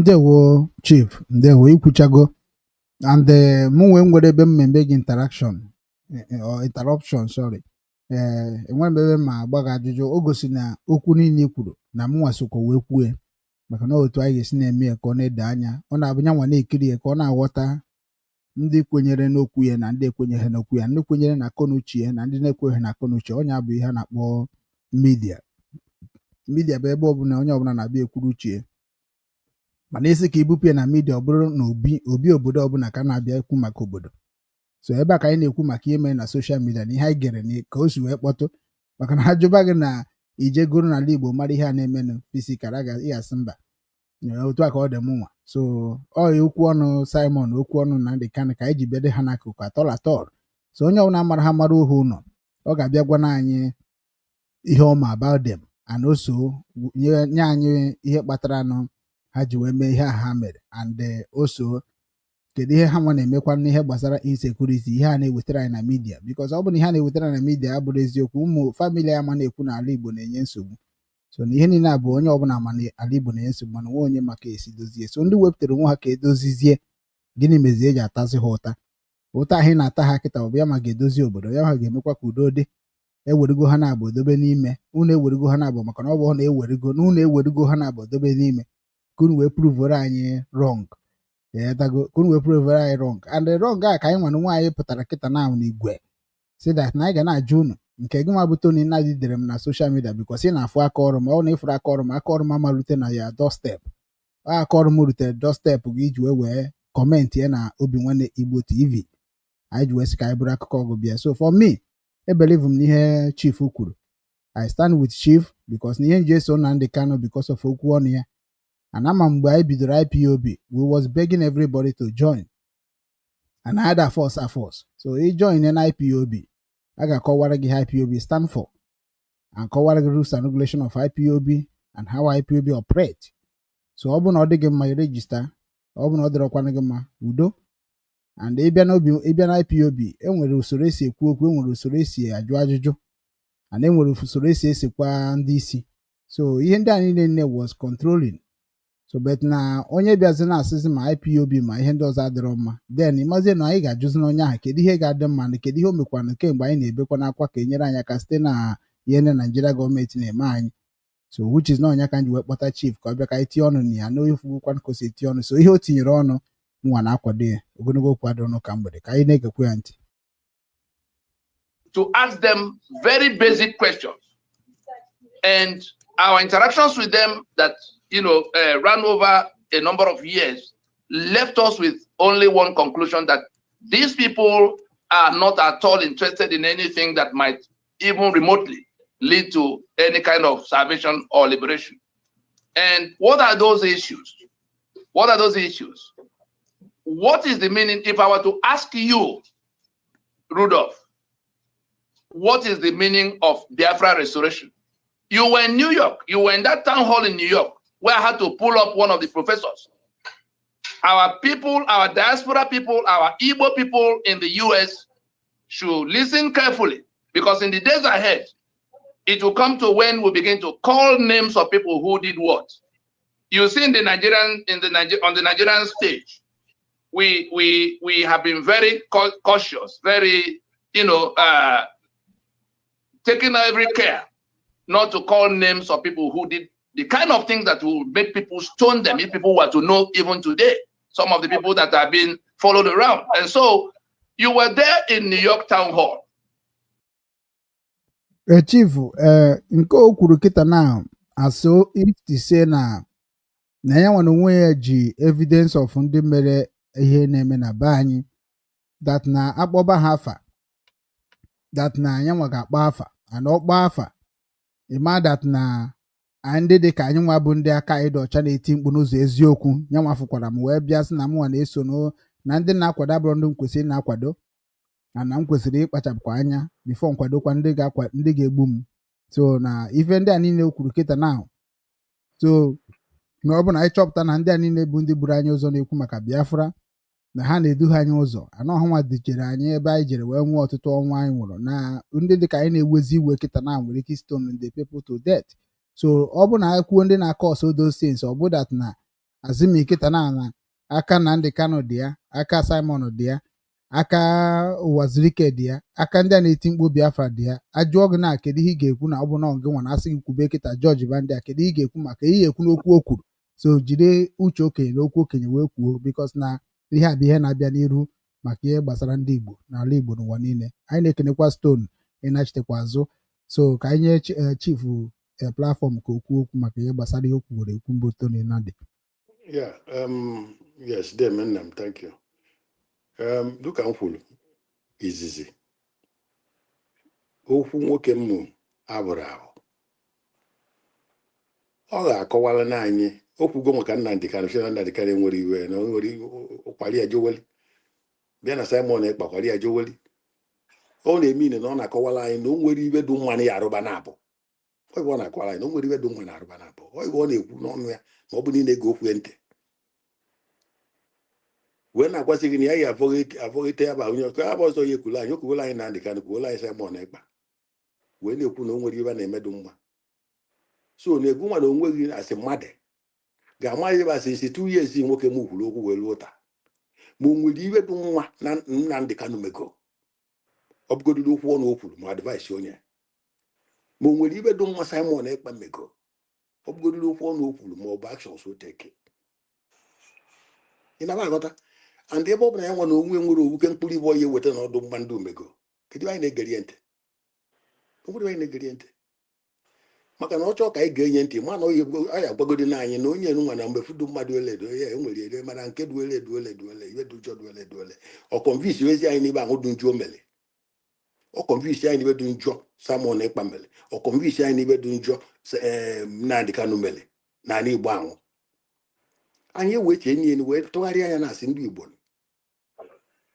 ọkwa na anabịa ndị Igbo ahụ anyị na-abịa ekwu ụba ka ndị Fulani na-eje na-ewu je na-erepụ ụmụ nwaanyị nọ na fan na-erofụta akpụba kọcha na-enye ebi na-egbula ebi na-ata. Anyị bụchara ya n'anya, anyị achị ka aka gbaba nkịta na-eme n'ọgwụ adala bụ ụmụ agbọghọbịa anyị na-erepụ na-egbu ụmụ okorobịa anyị eji ebe ele edegbuo ya gbagbuo, ma ndị pres Naijiria pres enwere ndị ya ekwu okwu maka ya ezochie nye. Mana ọ bụrụ na achị na-ejide Simon Ekpa n'ụzọ ndị Naijiria niile na-apala everywhere na-ekwu. You see it? So onye ahụ na onwe kedu solution o nwere ọ ibechi ka mmali ya gwa anyị solution o nwere ndị na-aba n'ogo n'ime ga na France bụ oke mgbe gwazi anyị ba ga-eme ka champion ọnya ka akwụsị mgbu ndị be anyị, kwụsị repụ ụmụ nwaanyị anyị, kwụsị rola akpụ niile na-enye ebi akọrọ na n'ubi, kwụsị ịgba the whole village ọkụ chụọ everybody afọ ọba nwere ya nọzi na-ewu n'ala Igbo. Igbo ọ na-emebu before so na ya nwa na onwe ya akọwagodo ya ihe ọ ga-eme mebe na anyị esoghị ya anyị ewe mmanụ ụgwọ ji medebie if not ọbara criticizing people ndị na-eme eme ka ọ bụrụ ya ebe nwere ka na-eme nwere isi emezide ma ọ bụrụ ibe anyị chọrọ ọ bụrụ ibe anyị dụ anyị adịghị interested ibe ndụ ahụ ụba ibe anyị chọrọ ibe anyị eme ka obodo anyị dị mma ezigbo alụ thank you. Ndewo chief. Ihe a bụ ife m ji wee chọọ ka m play everything na yotago so that because na okwu ya adịrọdụ m ya ka ekwuo ya too much na ọ nọghị ya maka na ya ihe niile o kwuru kịta anyị anụghị ya na ntị ndị ọzọ niile n'onwe n'ọnụ ndị ọzọ niile so ihe anyị nwa na-ekwu bụ ihe ikwukwara ya ọzọ ndị mma asịkwa na 12 stone ka ọ bịakwa ka o tinye ọnụ na ọ bụ na o gere nwajai ebe Tony Nnadi kwuru okwu because na ihe anyị nọ kịta na Tony Nnadi na enyego m kọntaktị ya so wee sị m kirigoro vidio na nkiricha vidio a ka m ga-eji ghọta ife mụnwa na-akwado and na ihe ga-abịara m n'iru so which is na ọnọdụ kwa ka a threat ịma na mgbe mmadụ disagree na what you say or what you stand automatically is a threat o because ọ bụrụ ikwukwu ya ọzọ wee ka osebe okwu so ya bụrụ okwu bụrụ inu so mana mụnwa na ụmụ were asị ihe ụmụnne so ya nwere nwe na-akọwakwa na m nwere opportunity to repent na ọ bụrụ ndị oyibo ndị ụka na sị repent so na ọnya ka o ji sị ka o gosikwa m ya o wee marakwa ihe ọ documentary about ihe anyị mere ma mụnwa sokwa wee mee so ihe ndị a niile m wee gerute ya somewhere but egego m gafee ebe a so ọ bụ na ka akpọcha ya ka anyị kpọcha ya gechaa ya ka anyị wee were okwu na abụ maọbụ na atọ wee conclude ka anyị wee naba ụbọchị ọzọ ka anyị bịakwa so ka anyị were kwu ụbọchị taa na were ụbọchị taa wee gwakwa ụmụ Igbo mgbe unu nwere ike inwe efe na-apụta unu selectchaa n'izu mụnwa na ụmụ ejeze dee ya ede publish that day ebiazi anyị na-ewere okwu nwayọọ at least na nke were nwayọọ ndị be anyị na-ege ọfụma so na onye ọbụla ga-abịazi werezie awa na time na-ekwu nke ya so mana tata anyị mere ka open floor na anyị na-emepezie conversation gbasara ụmụnne anyị ndị eji eji onye ọbụla bụ onye nke kwuru okwu anyị ga-abịa wetakwu ya mara ihe o kwuru marakwana ka anyị esi wee tinye anyị anọzie ka ndị bụ ndị advisor of the peacemaker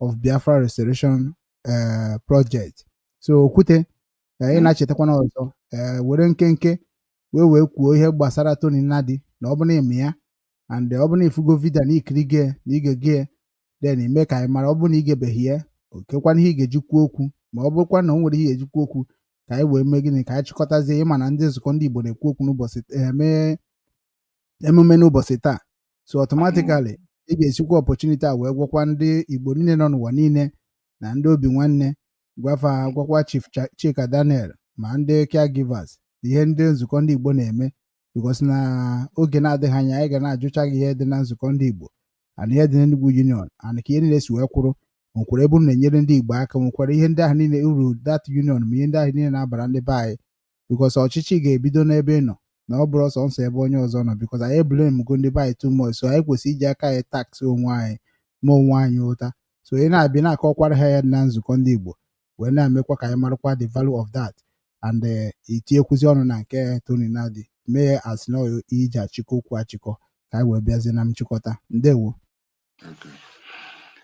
ndewonu ndị Igbo maka anụ okwu a niile okwu anyị ejiju okwe na-ehụ na ọ bụ nchi ọdụkwa a na-egekwe nchi ka aghọta ihe a na-ekwu nwaanyị ọdụ mmadụ na-atọ anyị na-akpọ efa eji maka ha were ekwu okwu ọ bụ tọpik ha ị na-akpọ Tony Nnadi ị na-akpọ Simon Ekpa na Maazị Nnamdi Kanu then ị na-akọwa Tony Nnadi shere na-akọwarịghị ghọtagodo ka na Simon Ekpa na Maazị Nnamdi Kanu ha emete ya ọhịa ọ na-akọwa then anụkwugo m onu Maazị Chika ọ sị na onye kwuo na ihe na-atọ ụtọ kwuo ihe ọ na-atọ ka ya ịghọta anyị na-ekwu onye kwuo na nke a dịrọ mma kwuo nke dị mma ozi anyị kwụ ọtọ ozi eziri ndị Igbo kwụ ọtọ ndị anyị bụ dịkwa ka ehihie mana anyị bịa bụrụ ụmụ atụrụ furu ụzọ one bụ mmebidogoro na nke Maazị Nnamdi Kanu. A sị na mmụta na n'obi nkiri na-adị ya and ihe mma ka m ga-ekwu. Problem anyị na-ede ewe bụ na ọ sịrị I do not judge so that you will not be judged. Now anyị na-apara seat of judgment and ihe nchọpụtara n'ebe ndị Igbo nọ bụ na enweghị oge anyị na-ege onwe anyị ntị ka anyị ghọta onwe anyị kama na ihe dị n'etiti anyị bụ gịnị covetousness ọ dị ka amaghị m ihe nji obodo tortoise. Onye ọbụla ma ihe, onye ọbụla chọrọ ịbụ eze, onye ọbụla chọrọ ịbụ isi, onye ọbụla chọrọ ịbụ chief bụrụ igwe. Ha tụzie inu na Igbo enweghị eze. So ihe a niile bụ problem anyị were. Mana nke bụ eziokwu bụ na ihe mma na-ekwu bụ na otego ana m ege Maazị Nnamdi Kanu ntị kemgbe ọ fụtara. Cheta na agwara m unu na meseji anyị bidoro ya 2000 and ọ dị stret ndị ogene kụọ ya aka na-akụ ya ka ha kụọrọ ogene ha siri opi ike na-ada n'ugwu nsọ na onye nwaanyị na-akpọ anyị oku n'Enugu obodo bịa nụrụ ozi ọma. So ọ ihe eji gbasa ozi ahụ ndị ihe asịkwa na anyị na-ede open agbamndụ 30 Disemba n'afọ niile. Agbamndụ ahụ ga-emepe anya anyị irenew agbamndụ anyị na Chineke, mata eziokwu dị na agbamndụ anyị na Chineke. So then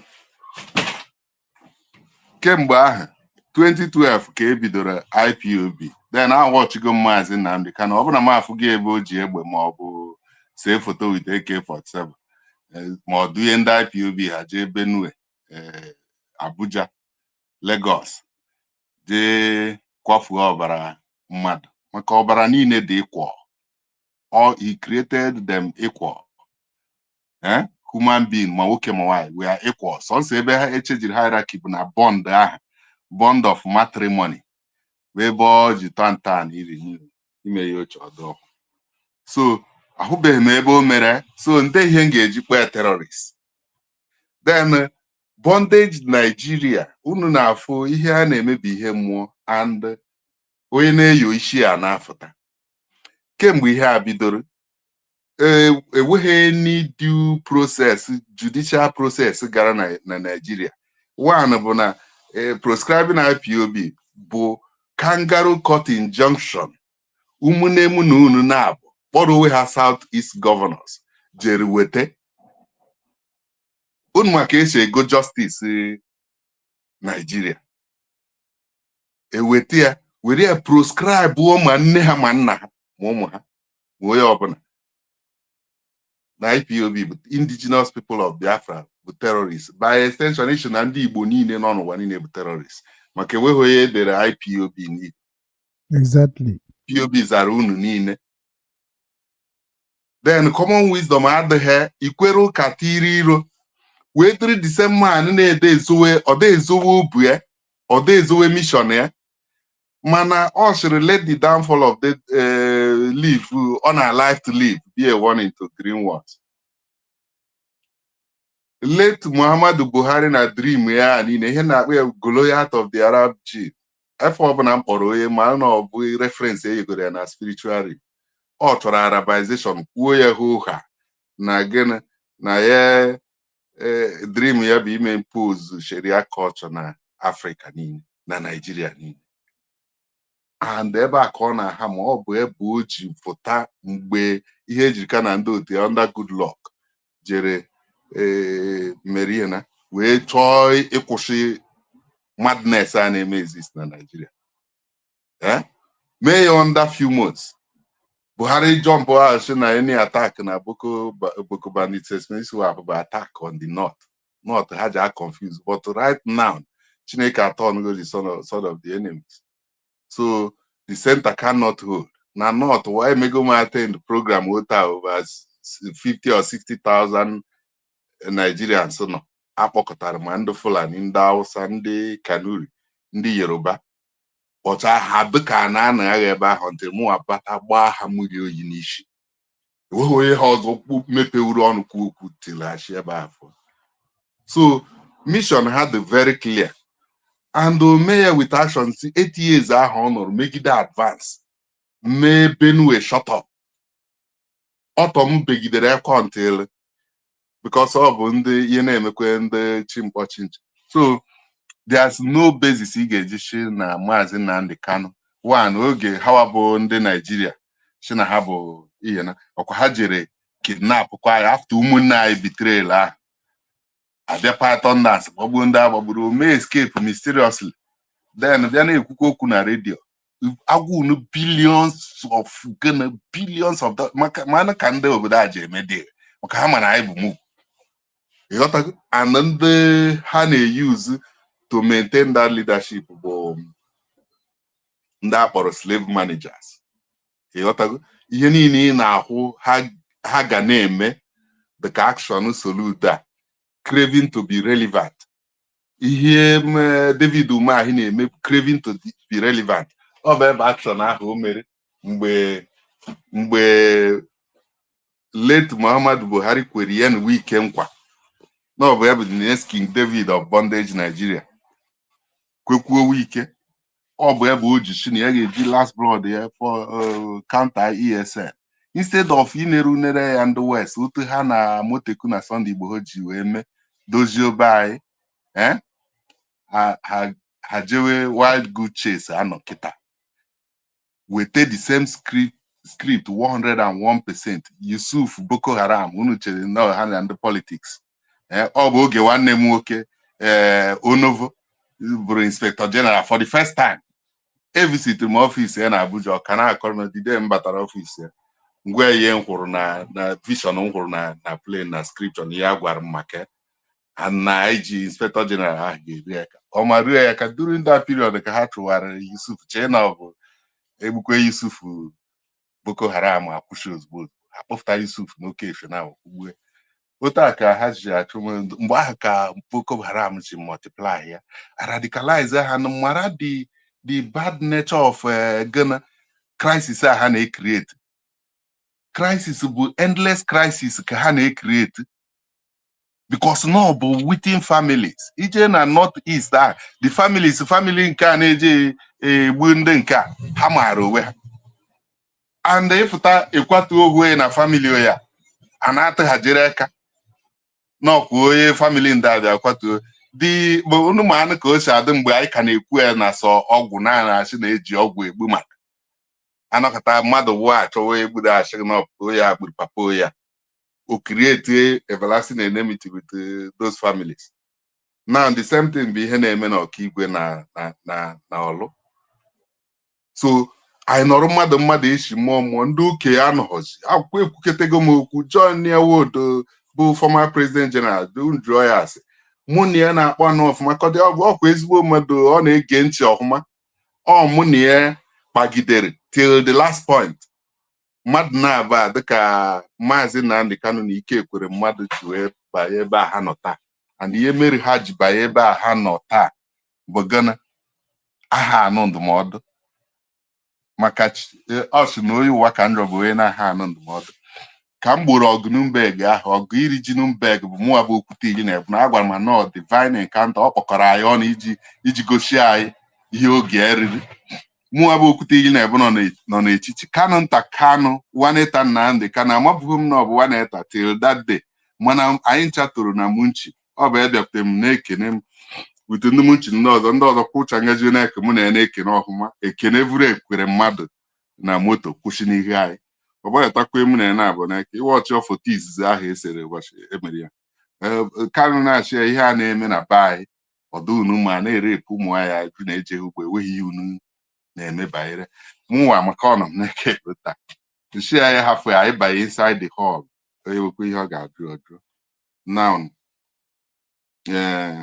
before echiwezi ekwere mmadụ na-achị ya ka emechere ihe aha anyị n'afọ aga ihe ọkpụ n'ọnụ o vutere ihe nji agwa ya n'ebe ireferensị ma Tony Nnadi because ebe m geri ọfụma bụ one ama m n'oso GJ ji release Maazị Nnamdi Kanu na 2017 Chijioke eme peace ịghọtago eji bịa Lion Building na Enugu amaghị nọ ndị Judas ka ha na-eme ihe emecha efụta see foto before ha na-anarị abịa python dance ọ bụ ebe ihe anyị nọ taa So now oge ihe a niile mere Igbo ọgụ ahụ, I communicated all of them, ma Wodo ma onye ọbụla Shiwodo gwa ndị ọha na eze gwa ndị ime obi kpọba leadership IPOB because ha wekwuru foto m tii na ịntanet esere screenshot ebe m gburu ọgụ a maka ha ma na forceful voice, powerful voice bụ ihe ka mụrụ nafs ebe a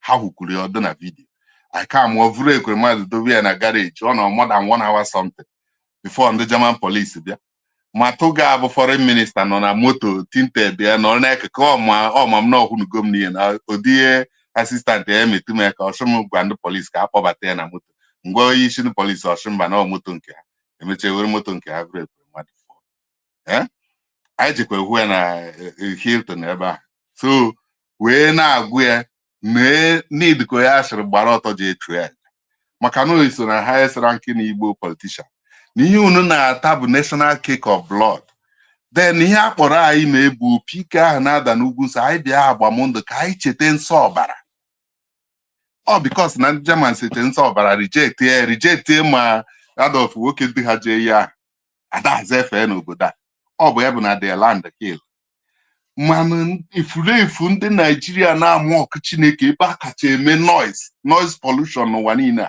ma mosque ma church hawa the fundamental dịka ndị German na-akpọ ya Grundgesetz of religion bụ mkpụrụ osi na-aba asụsụ atakwa ọ bụ ebe a na-ata gwogwo be anyị niile ọkachama ndị Igbo ahụ eri ya bụ ọkụ n'aka mkpụrụ osi na-aba ahụ bụ ọbara nwa nke mmadụ atafukwana every drop must be account nke ọzọ bụ idina nwunye mmadụ adulteration of bloodline maka ọ bụ like the days of a tree so shall the days of my people be ihe a bụ edere n'ekwo so now ọ bụ na ịghọta ya my people agbamndụ ahụ ka achịrị anyị mee ndị richikwe m out immediately after mgboro ọgụ ahụ ndị IPOB see screenshot ọkwa ndị mụ na ha nọ ma Hamburg New Rangers have an IPOB house after the formal club. Aiche na Efa Nigeria ga-ejikọwa Africa. Maka muchitekwe na our mission and our vision be unite Africa and marching to the prophetic last kingdom, we United States of Africa. I try here mgbe ahụ wee megin ha mekwe ya monkey the walk baboon the chop. Ọ bụ ebe ndị embassy na bamba na team ha NCGFC na-agba German League a na-agba mba mana okwute ha na ndị na-recruit na-eme ihe niile bụ monkey na-arụ ọrụ oru oge ha yere nsogbu too much pull out ozugbo pull out okwute chi foundation ha chi na Christ League ebe a evugoro ha dagide da Christ Classic guy insolvency now no mbịakwute ndị IPOB Biafra nwanne m si ha ka anyị bido New Rangers from there wee mee gịnị ha kwekọrịta ihe a protest wee mere bụ na Rangers n'ọdụkọ Rangers Enugu nchegharị ya bụ na unu amaghị ebu Biafra no Biafran soldiers form Rangers ọ bụ ebe na ha ekwete eme anyị approve before anyị jebe iri ji Nuremberg anyị erichezi ezi nata somebody na-esoghị mana IPOB na-eso m jechie kpọọ Nnamdi share ya na nso na collapse IPOB ọ bụrụ collapse NCG ọ bụrụ IPOB FC. This is how njụọ ha ọgụ na-eme jụọ coordinator mụ na ha mere agree ọgụ na-eme ọchị na ha ama ha na ọ bụ nọọsụ na ya na-ejere akwụkwọ na gọọmenti kọleji ụmụazị nshi ha fọm ọnụ na ntụtọka anyị nwere ihe karịrị iyi ọ bụ ebe na anyị gawara n'ihu ha gawazie ihe crowd mechie ha emewuhe maka ọyị spiritual thing. So now na kita ka ha na-aghọta the true symbol of New Rangers and Adam Shawn wee ọbụla ha bido ikwe ha ga-ekwetere ndị kwere maka Africa niile ekwetego. So to remain on our point, mmadụ na-aba Maazị Nnamdi Kanu and Simon Ekpa ihe ndekwa bụ na harụ na ahatago m na Maazị Nnamdi Kanu na since abụ na agụ na okwu ọnụ ka ọ na-agwa Nigeria niile ebe yiri ozi until and ihe ahụ niile ọ maara ha n'ọkwa bụ ihe mere ha ya mara ọkwa okenye nwunye ahụ wee ruo ha ebe a ebe Simon Ekpa even that day I ka nọ na Nuremberg ahụrụ m Simon Ekpa yawa akabaghị IPOB mgbe ahụ ọ ji leta ka ọ participate were emeche maazị Nnamdi Kanu kwuo ha okwu ahụ o kwuru maka before ha kidnap ebe a ka Simon Ekpa jiji rise mana immediately ọ na rise ya na ndị IPOB bụkwa ihe na-ada eme ndị Igbo ebe ọbụla anọ a na-adị nke covetousness ajụ onye ga aka. So the next thing ji bụ process anyị nọ kịta ị na-anụ wotowoto na-anụ ihe na mana ihe na-eme onye ọbụla advice ma ndị rekrutu ma ndị aka ga-erekrutu a na-erekrutu kweghị mara na Biafra bụ Igbo ọgbụgba ndụ ma jee na ihe ahụ edere n'akwụkwọ nsọ bụ history mụ na ahụ na-abụ ọ bụ akụkọ ụwa mana nke ọrụ ya ebere emewere. So Igbo ọgbụgba ndụ unu mara ka ọ dị oge ahụ ndị Arabia ndị ihe na gburu Sọl bụrụ Igbo ọgbụgba ndụ jedowe na arụsị Ashidọk ọ sịghị na arụsị ha niile na-akpọ isi na anọte ha relizi Igbo ọgbụgba ndụ ọ bụ ebe otu aka Biafra dị ọ nọ na the Irish Arab because ọ iyi Arab Arabization ahụ bụ ihe ekwere na-eme advance this process. So the point there bụ ka anyị nke ka bụ eziokwu ka ga-afụta na judgment na-aba nke ndị Canada ha si na APC bụ terrorist party na nke ndị Finland ha si na Nnamdi Kanu na Simon Ekpa na sponsor terrorist. So Igbo anụwa ka anyị ga na-cool down ka anyị hụcha eziokwu dị ya n'ime maka ewere ihe mere edejibewi. So ebe anyị na-emekwa ya ịkwakwa unu nke bụ solution ma Tony Nnadi ma Okeke ma Okahụ okwu akwa ka ene na mwe mma kwesịrị ịma na-abụọ na ọ bụ onye na-ajọ ekpeye or selfish interest mana ọ bụrụ maka ihe ahụ nkwa ahụ Chineke kwere n'isi anyị ọ sị na anyị ga-ekwekọrịta n'okwu ya force bụ agbamndụ ichetara anyị dịse mkpụrụ oshi na-aba achịcha atakwa akpọkọ according to families oge na aha ga na-adọ until anyị agbakọ anybody bụ gọvanọ ihe niile na-arụkwa na-arụka n'ala Igbo ma Peter Mbawanne man ma agwa ha niile mana okomoko ada ekwe ha. So ichi ha bụ gana enweghị ihe mere achieve ọ ga-adị ka slave bara ọgaranya na nna ukwu.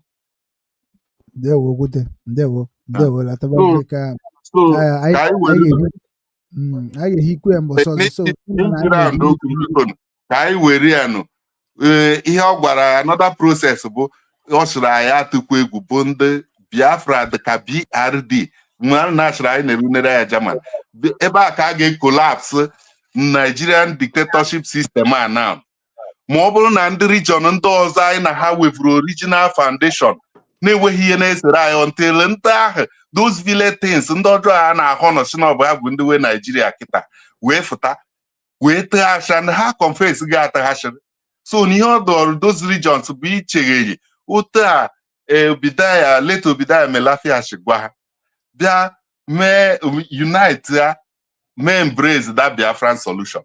Anyị eweta ọ bụ ebe restructuration ha na-azọ anyị eweta our original foundation ihu na ga-ewe freedom wee security obodo adị mma. Ndewo Okwute daalụ.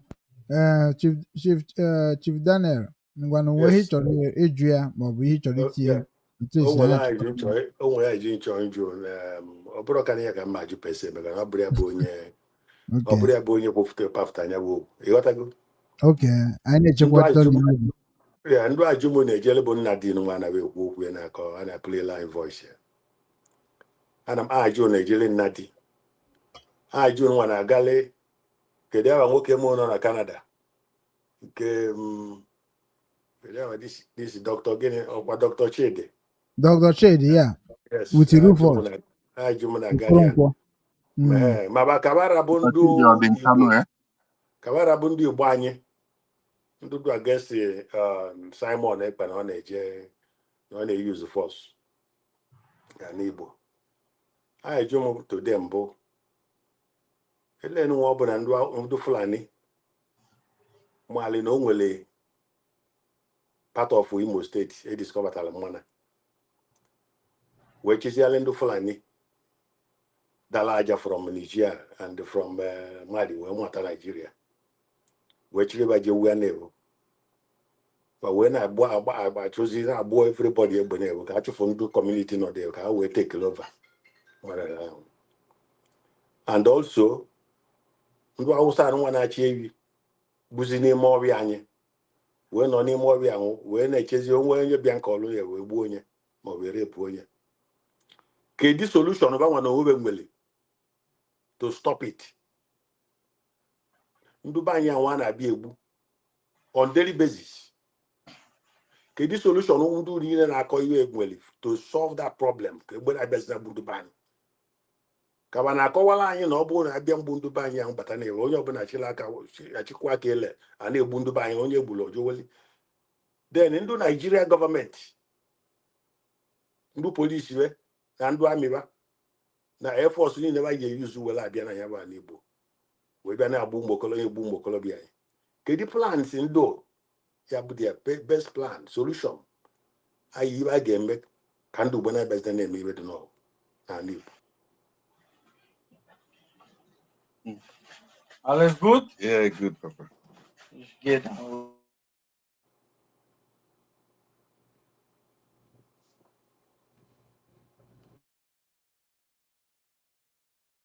Chief na-agakwadoro ikwuchago? Just go and check about answer, but at least ikwucha ajụ so mụ na-ajụ mụ ama m nọ ndị a ka ị na-ajụ n'obete ọka ndị question. So automatically for me they don't have question, but anyway, Tony Nnadi ọ ga-enene the video, ọ ga-egekwa ihe anyị kwuru, and ọ ga-echekwa ihe anyị kwuru, ọ ga-etinye ọnụ. So ọ bụ na ọ chọọ anyị may invite mụ na ya ga-anọkwa in communication. So at least anyị egosigo Biafrans na ndị Igbo niile ihe Tony Nnadi na-ekwu n'isi Simon Ekpa and Nnamdi Kanu, which is na anyị na-eji Nnamdi Kanu aga. Simon nwere ike ọ bụna o meziri nke n'iwe because na ndị Nigeria ekwere ege Nnamdi Kanu ntị mgbe ọ nọ on violent. O kwuru that na ya chọrọ bụ udo, na ọ bụrụ na eme udo na ọ ga-adị mma, uche nke nwere otekwara ya na ha jere Enugu jee kpaa udo, ha kpacha udo with the governors. Ka ihe mere ha ji wee betray the Nnamdi Kanu, they betrayed him. So automatically onweghị onye dị ka ha ga-ekwu okwu n'isi Nnamdi Kanu anyị ga-ege ntị, ma Tony Nnadi ma ndị ọzọ. Tony ga-ebugodo ụzọ jee blame begodo ndị gọvanọs a. Ọ bụrụ dị nke ahụ na ibe jụrụ Tony Nnadi nwa ịdaba ekwu aba bụ ya bụ Tony Nnadi kita nwa Nnamdi Kanu anwụchi na-eme elu na-eme na anọzi. Simon Ekpa na-eme elu na-eme na anọzi. Wana ba anọzi. Yeah. It was all the liberty now. Okay. Now, even na-eme na ala Igbo now, otu ụdị si egbu Ndụba anyị ebe a n'ala Igbo. Kedu plans o megolu to stop it from happening? That's my question. Okay. Ajụjụ gị amaka, Dr. Chika. Ajụjụ gị mara ezigbo mma. Then usoro ọ sịrị anyị soro bụ gana ihe a bụ ekwuchara anyị n'isi. Ọ bụghị Maazị Nnamdi Kanu ma Tony Nnadi ma ndị gọvanọ sọnsọ, ma nọọdụ ka ọ chara ndị German n'isi until ha shi we are the people. Unu ahụghị ebe the mistake shibata dịka nshikọwa. Oge o chere anyị ezali ihe o chere ndị Western Nigeria, all the same politics ha na-eme ebe a ka anyị na-eme n'ala Igbo. So ndị Western Nigeria used wisdom na nke ha si ndị Nigeria na-azọta ha na-ewe zọwa ute before politics na ha ga-azọtagodo Oduduwa. Ọ bụ ebe na ha mere embrace Amoteku wee megina Buhari ha na-echi mkpu ha shiawa wee megina wee mee Amoteku equip goro ha hilos ma mgbe egbe na ihe niile. Ọ bụ ebe a ka Sunday Igbo ji fụta soro ha jee ma ime ọsha chụwa ndị a niile a na-ekwu na-ere ụmụ anyị.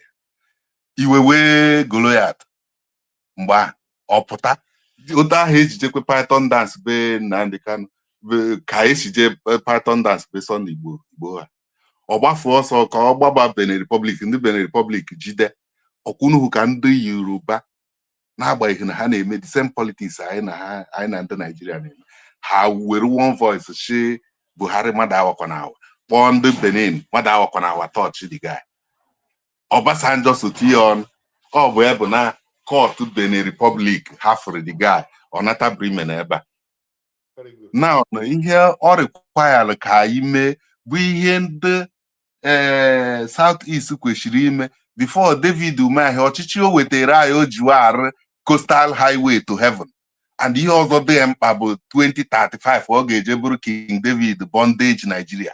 A na-egbucha anyị niile sigbucha ọ gbasaghị ya bụ gịnị yawa bụ ihe instead iweta wisdom ọ bụ ịkaụntị aha bụ ihe created the crisis.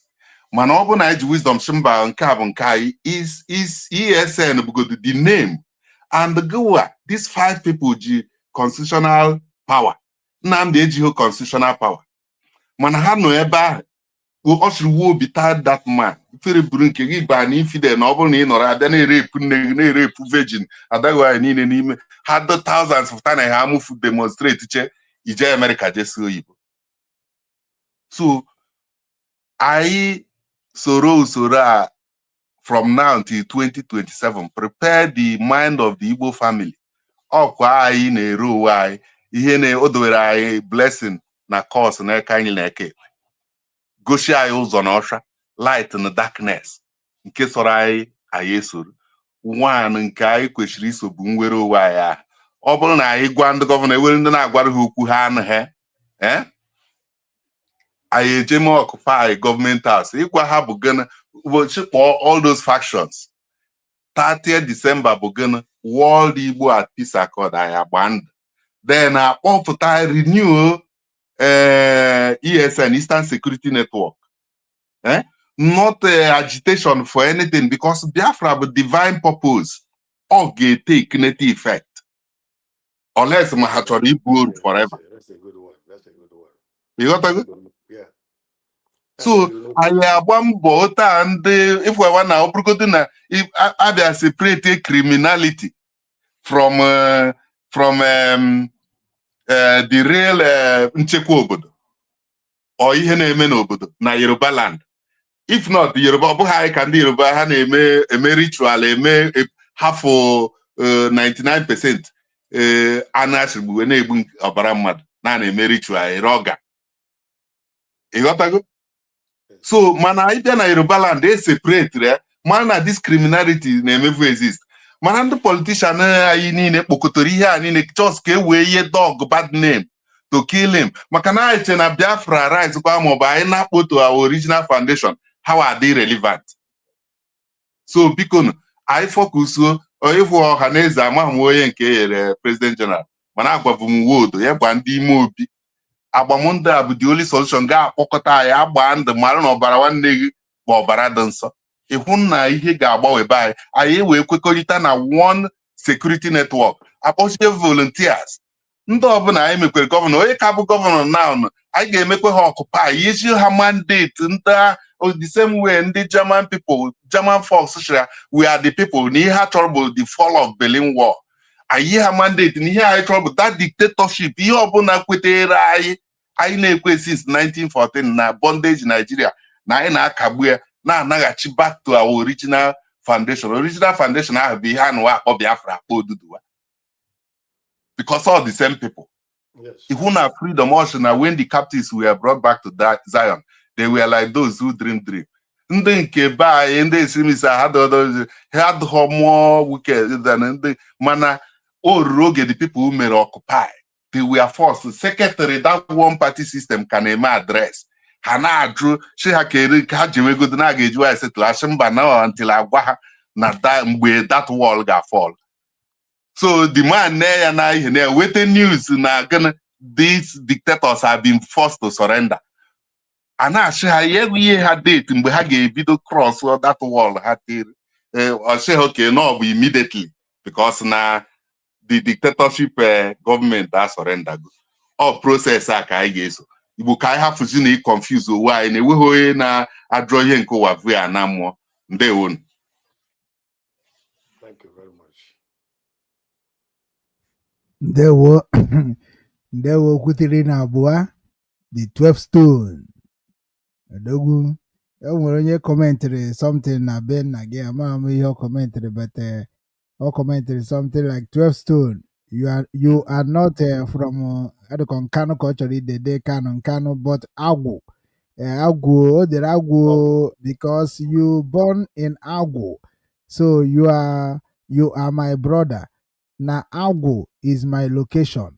Oh yeah, konya de na no ye dere ebu Ifechukwu, Ifanichukwu, Afunwa, Okoli. Ewe akpọ St. Michael n'ọgwụ ụmụ 12-12-67 oge agha akpọrọ ikpute ya nne m ekwe ime erike agbafuziri ọsọ ndụ na ọgwụ ha nọzi IDP ndị na-agba ọsọ ndụ gbaba na hospital a ịghọtago so ma nwaanyị jama ndị Red Cross na-enedo ha dị ebe a ka anọ m mana mụnwa bụ nkana ọkụ na anọ ndewo Ndewo. So ka anyị na-agakwa n'iru ikwuru ọfụma o nwere onye dekwara from my opinion because anyị chọrọ ijekwa na comment section ka we wee chịkọ because na anyị ga-emezi this thing postponed at least ka ọ baa na another session 2 so that anyị ga-eji ihe gbasara nzukọ ndị Igbo and anyị ga-ahapụkwa chief because na enyere m ya dịka 30 minutes which is na anyị ababago to 2 hours ya bụ 2 hours 1 minute 2 hours 1 minute 2 hours I think so nya abụrụ ya so question na ndị mmadụ jụrụ na comment section dịka ndị dere edemede onye nke dere dịka nwanne anyị nwoke bụ Ifeanyichukwu Afunwa Okolie o kenere anya ọbụla mechakwa dekwa ihe o dere maka 12 stone Junior kenekwara wee si ise nwanne anyị bụ Okolie Chukwudị Oscar God bless you sir ndị kwuru okwu nwanne anyị bụ Ikegwu Monday. Also, from my own opinion, was not mad Nnamdi Kanu in the hero, and the PM Simon Ekpa is a hero. So I'm not mean no code because so they're mad, but they didn't need English man casimata. But the Naka one home for the Mazen Nnamdi Kanu. Yeah, you're right. So Mazen Nnamdi Kanu.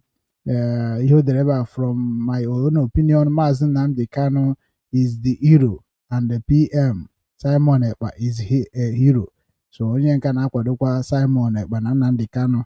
Ọdịnaka Clement dịkwara God bless you chief. Ọ na-ekenekwa chief.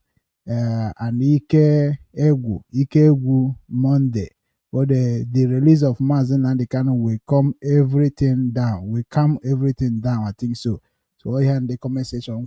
So chief the case we have kwute 12 stone na Germany okwuona ọfụma so achọrọ m ka ịchịkọta ya bụ ife anụ na-abụ ga-agwazi anyị mgbe unu chọrọ ka anyị bịakwa ọzọ na summarize ọnwa n'izu kedu mgbe unu ga na-enwe efe dịka Monday to Friday Monday to Sunday kedu n'izu ugboro ole ka anyị nwere ike ịbịa na-anabata unu na mma emepere unu ụzọ ka anyị niile wee na-ekwukọrịta dịka ọ ga-esi wee dị maka na agaghị ekwuchi ofu ụbọchị na taa ekwutere ya aka ọ bụrụ anyị ga na-eme na nkeji ya mara awa anyị ga-eji wee na-abịa onye ọbụla ekwuo taịm ya na ihe ndị ọzọ niile then we can summarize ọ bụrụ 2 times in a week ọ bụrụ once in a week ọ bụrụ 3 times ihe niile na-adị unu n'aka because ndị be anyị needed orientation and that's why Obinwannem is here so ndewo chief were oche wee nye anyị conclusion and nyekwana anyị good idea how we will be coming and presenting our intention and our opinions. Ndewo chief.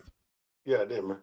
I think the best thing for my own opinion here, once a week I better go in here, I better start a day. Because Saturday I may all time Saturday. Obviously one only Nimun and Abon was a different day to Saturday or Sunday or Friday. Yeah, Maziale. And I'll Saturday do convenient. And they say Bullion Saturday like this. Come on, I caught your name, you're not doing maybe 1 hour most to maximum 1 hour 30 minutes. Saturday the mma Okay. Sunday mana gị na onwe gị Obinwannem ịmalụ our football program Saturdays ka anyị ji enwe match but ị ga na-afụ time so ọ hapụ clash with our time itinye the time anyị ga-emechego. But ọ bụrụ na ọ bụrụkwa the same time anyị ji bido today like 3 to 4 or something like that 3 to 5 all depending. Okay, like I was suggest na you request next Saturday. Mana next Saturday our match will 15 o'clock, 3 o'clock. Okay, 3 o'clock, Okay, so which is now ọ ga-abụzi mgbe ọ bụla anyị nwere match na ebugharị ya the time now. Buda from time match. Yeah. So ọ bụzi na emezi onwezi mgbe anyị nwere match mana anyị ga-emezi chief inform. Emezi chief inform then chief adịzi away. Ọ bụrụ ya. Udo dị. So at least nke anyị kwuru ekwu aka m akpọcha Tony Nnadi but ọzi anyị hapụzie kịta na mụ akpọcha Tony Nnadi akpọchazi Tony Nnadi then anyị nwa chịkọ ịghọtago because ọ bụrụ na unu chọkwa maka unu ekwuchago ihe unu ga-ekwu believe m na unu ga-ekwu ọzọ so aga m etiri ndị Obinwanne platforms ndị Igbo na-ege ntị aga m etiri fadi vidio gecha Tony Nnadi na onwe ya batakwa ogekwa afụkwa ka anyị si wee kwuo maka ya na ka anyị si conclude which is na conclusion of everybody and the write up of everybody ga-eme ka ọ mara either na ọ na-eme m invite ọ na-enye anyị date of invitation anyị eme invite gbaa ya ajụjụ ọnụ ọka ọ kwụziere anyị one on one ọ bụrụ na anyị ga-enye ya akọnuche anyị nye ya akọnuche ọ bụrụ na ọ ga-enyekwana anyị onye anyị udo ka anyị na-achọ n'ala Igbo ama m na m kwuru ọfụma ọ bụrụkwa na m ekwuru ọ na-enyekwa maka conclude then ka anyị wee mechi okwu ọzọ nwere ike ntụgbu eniwe Obinwanne bụ na anyị na-edili Biafrans need ka anyị bịakọta ọnụ asị ndị Igbo ịghọtago ndị Igbo nwere na-eji owo na-ekwu okwu ndị Igbo na-eji owo na-ekwu okwu ịghọtago ogbulu nwanne ya bụrụ odogwu ọ bụgodị na ego ka ị na-achọ iwe je were je ihe yuzu nwanne gị na-ebitere nwanne gị ka iwe nweta ego ahụ nwanne gị ka ị na-egbu ebe ahụ ego ahụ bazie aka ka eme ihe eji eghe neta anya nwanne gị ahụ enwere so many ways esi achụ ego ọ bụrụ nke nji nwanne gị Hausa na Yoruba abụghị anyị bụ ndị majority of ndị Igbo anyị na ịchọrọ ka ị nweta ka o jee gbuo nwanne ma ole nwanne egwunye ego and ibe ahụ dị ọrụ njọ and onye ọbụla na-eme na ọbụ onye Hausa ahụ na-egobu ma onye Yoruba na-egobu ha onye oge iwe je oke sesegbu na nwanne gị iwe kweta je mee ihe o nwere iwe o jiri ihe eme n'ụwa onye ahụ nwere iwe o jiri ihe eme maka na ụba na ahịa ka akwa na trust this kind of person onye nyere ego jele nwanne ya nwoke n'iru mele o nwere iwe eme ka trust ya maka ọ ya achọ ka ihe ọ bụrụ na iwe dị n'ọbụ mee ka ịzọ ọnya mana ọ bụgo na onye nye gị ego na inwepụ ike ya nwa na onwe ya abụzi onye nlacha obe nkufu ka ọ ga-abụ so na ọ dị mma ka anyị bụ ndị Igbo ka anyị bịakọta ọnụ ka anyị wee nwee ike nweta ibe anyị na-achọ onwe iwe ọbụla iwe nwanne gị nwoke mere ike ọ na-achọ ka ya nweta obodo Biafra na egwu adịrọ mma eke onye n'ime ụlọ gbuo okwu eke onye n'ime ụlọ and tufu na-eku ya n'ime ụlọ nwere agụ okwu edushon nwere solution ya bụ generally acceptable ọ bụghị ọbụrụ ebe na ị nwere solution ị na-criticize nke onye na-eme ịghọtago ibi ozugbo tụọrọ ya ndị obodo ndị ichie biko ekene enyi m nna ibe onye na-eme ibe ọ na-eme ọdụ mma na ọ na-achọ nweta Biafra mana elu ochi achị adịrọ mma nna ebe adịrọ mma nna ebe adịrọ mma na ọ bụrụ na ọ na opinion nke m na mmachi ka echiela eme ihe ịkpasị alụ ya dusuwita ọ bụ abụ karịa nke onye nke na-eweta ọ bụrụ ịgbafụtara ikrisaiz ya imeghe ọnụ zoba anụ ụlọ nwere solushon iweta ọ bụrụ ibe anyị na-edi ekene m ndewo chief ndewo iji support just one word support ihe Chief kwuru support ihe ikwuru Chief Chika Obinwanne ndị Igbo niile ọzọ ọ na-amasị ziruonu ndị Igbo ozi a anyị kwesịrị ime uphold 2 National Day ebe a ka anyị ga-ebidogodo 30th May na 30th December 30th May bụ icheta ndị ahụ tiri isi ha n'idefend anyị mgbe ndị iro boro anyị ebubo wee wakpo anyị unu ma ihe oziokwu ya na-akwa na family mkpamkpa ọ na-akpa na-ebuzi oru nke 5 million Ashino Victor no vanquish ekpochie ya aja na-ataji national cake of blood ndị vice sokwere na gọvanọ anyị erukwe ụbọchị ndị Naijiria ji eme ihe eje were flawa dowere Nigeria Egyptian Army ndị wakporo anyị ihe awụ first holiday. Then nke ọzọ bụ 30th December. 30th December bụ anyị ji echeta agbamndụ anyị ji agba ndụ onwe anyị cheta agbamndụ anyị na Chineke. Agbamndụ anyị na Chineke bụ ihe izu ahụ ji gbawa anyị ndụ sọnsọ alụmdi na nwunye bụ mmemme nwere ike ịdị na-eti mbọchị ahụ, mana nke ofu bụ gana ewere otute mmanụ anyị agba ndụ family by family. Then eme ya ọ bụrụ national festival a ga na-echi ụwa niile na-abịa ka pilgrim.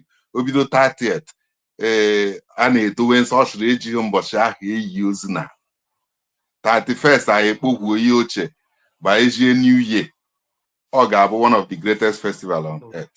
Unu kwuo ihe na-aba hụ na o representere egana simbụlụ mkpụrụ oshi na-aba achịrị anyị atakwa. Nke a bụ nke ọbara akwa, nke a bụ nke agbamndụ eji eme ihe oche ọdọọkwụ ya eji ejikọ nwoke na nwaanyị. Sọnsọ ebe mmemme anyị ga na-eme 30th December ahụ enwere ike iti ihe mbọchị ahụ ihe Chineke jikọrọ na mbụ.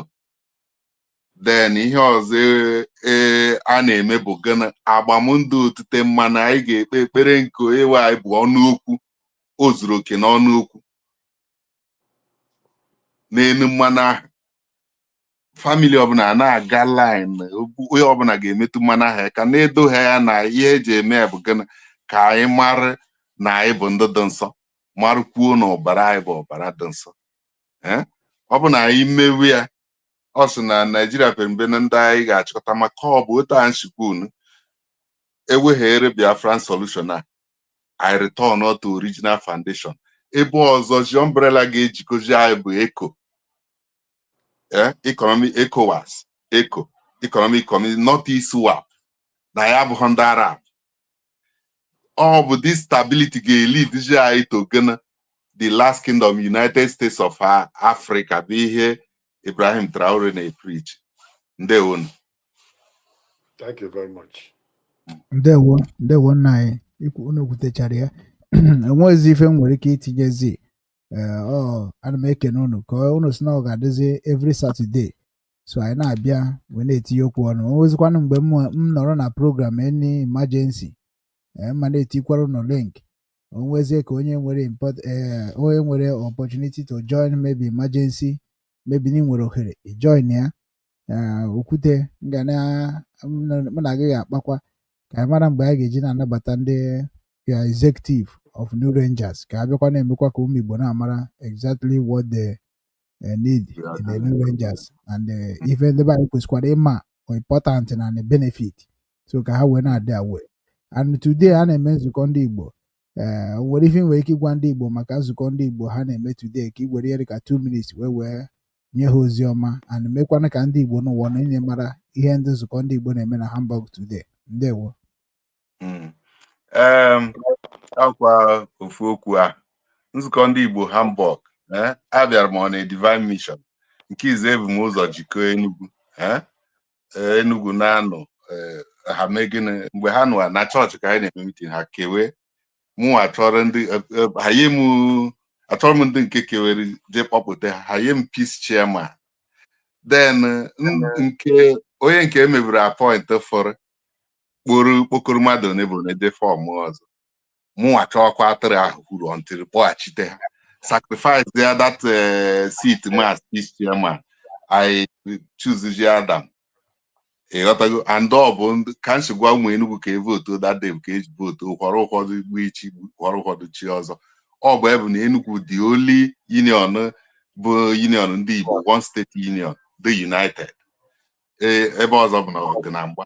Oge ahụ emecheziri Adam chịcha wee chitere m chairmanship Enugu nchịkwa my own term completely.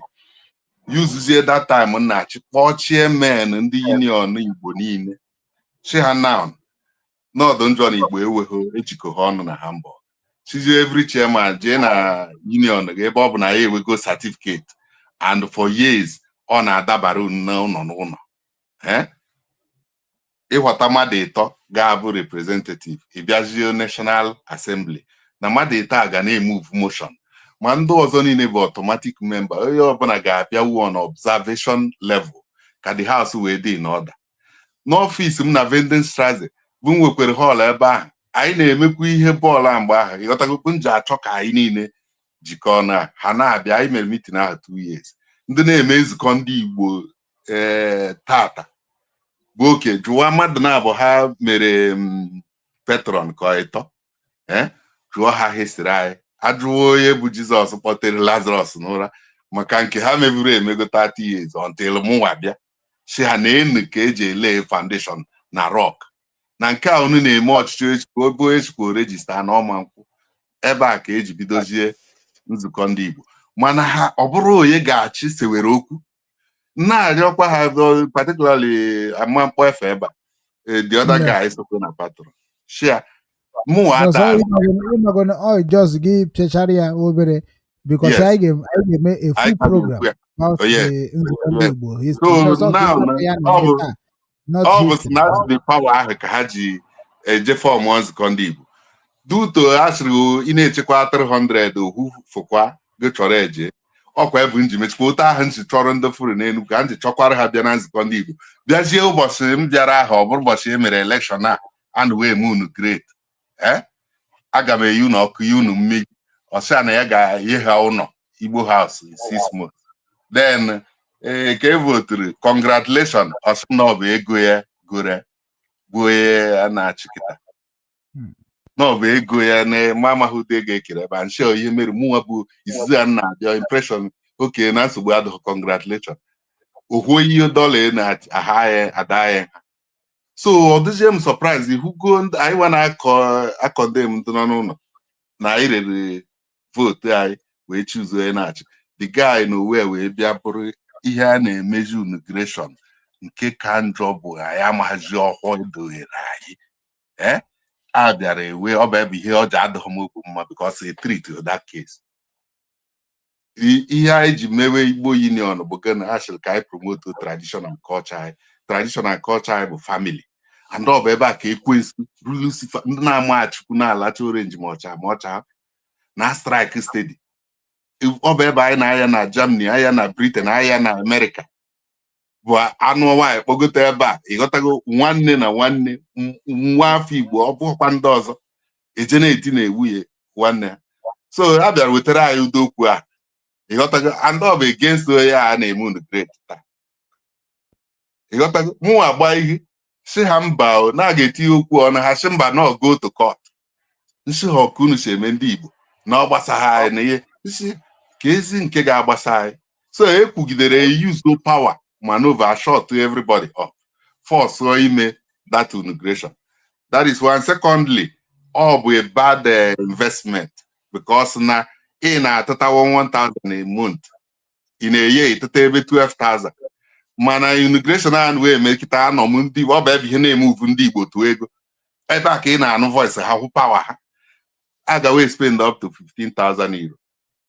Kedu ụdị inauguration of gọọmenti Enuigwe bụ ị na-eme inaugurate ọ bụ na anyị were 2,000 goro mmanya na ihe niile nọrọ ebe ahụ anyị na-eme meeting kpọpụta ndị anyị chuzuru swear ha in were 12,000 ọzọ họrọ jeshi na anyị ji asọpọtụ ihe a n'ụlọ na PG ndị Igbo Hamburg n'okpuru ya na anyị ji asọpọtụ shige na akpọ ndị gọvanọ na ego a chee were ya mara ihe mere sekuriti na be anyị na otu esi ere epu nne anyị na ụmụ anyị na-apụta agba ọtọ demonstrate uru taa na ọ dịghọ mma na ọ bụ ya bụ ụzọ aka mma na gọọmenti na-achị for 2 years ọnọgo 1 year enweghị any important income iwetara union mana ejiji 15,000 ego anyị na-atụta in 1 year were eme pati taa ka e wee kpọfụta mee na ebu so biko ọ bụghị ka anyị kpojuo okwu ọnụ ndị Igbo ka anyị hapụ ibu na agamevu adị mmanụ na adị mma na ege anyị bụ nsọ na-edo nsọ ka anyị naghachi ndobe nsọ anaba anyị that natural law ndewo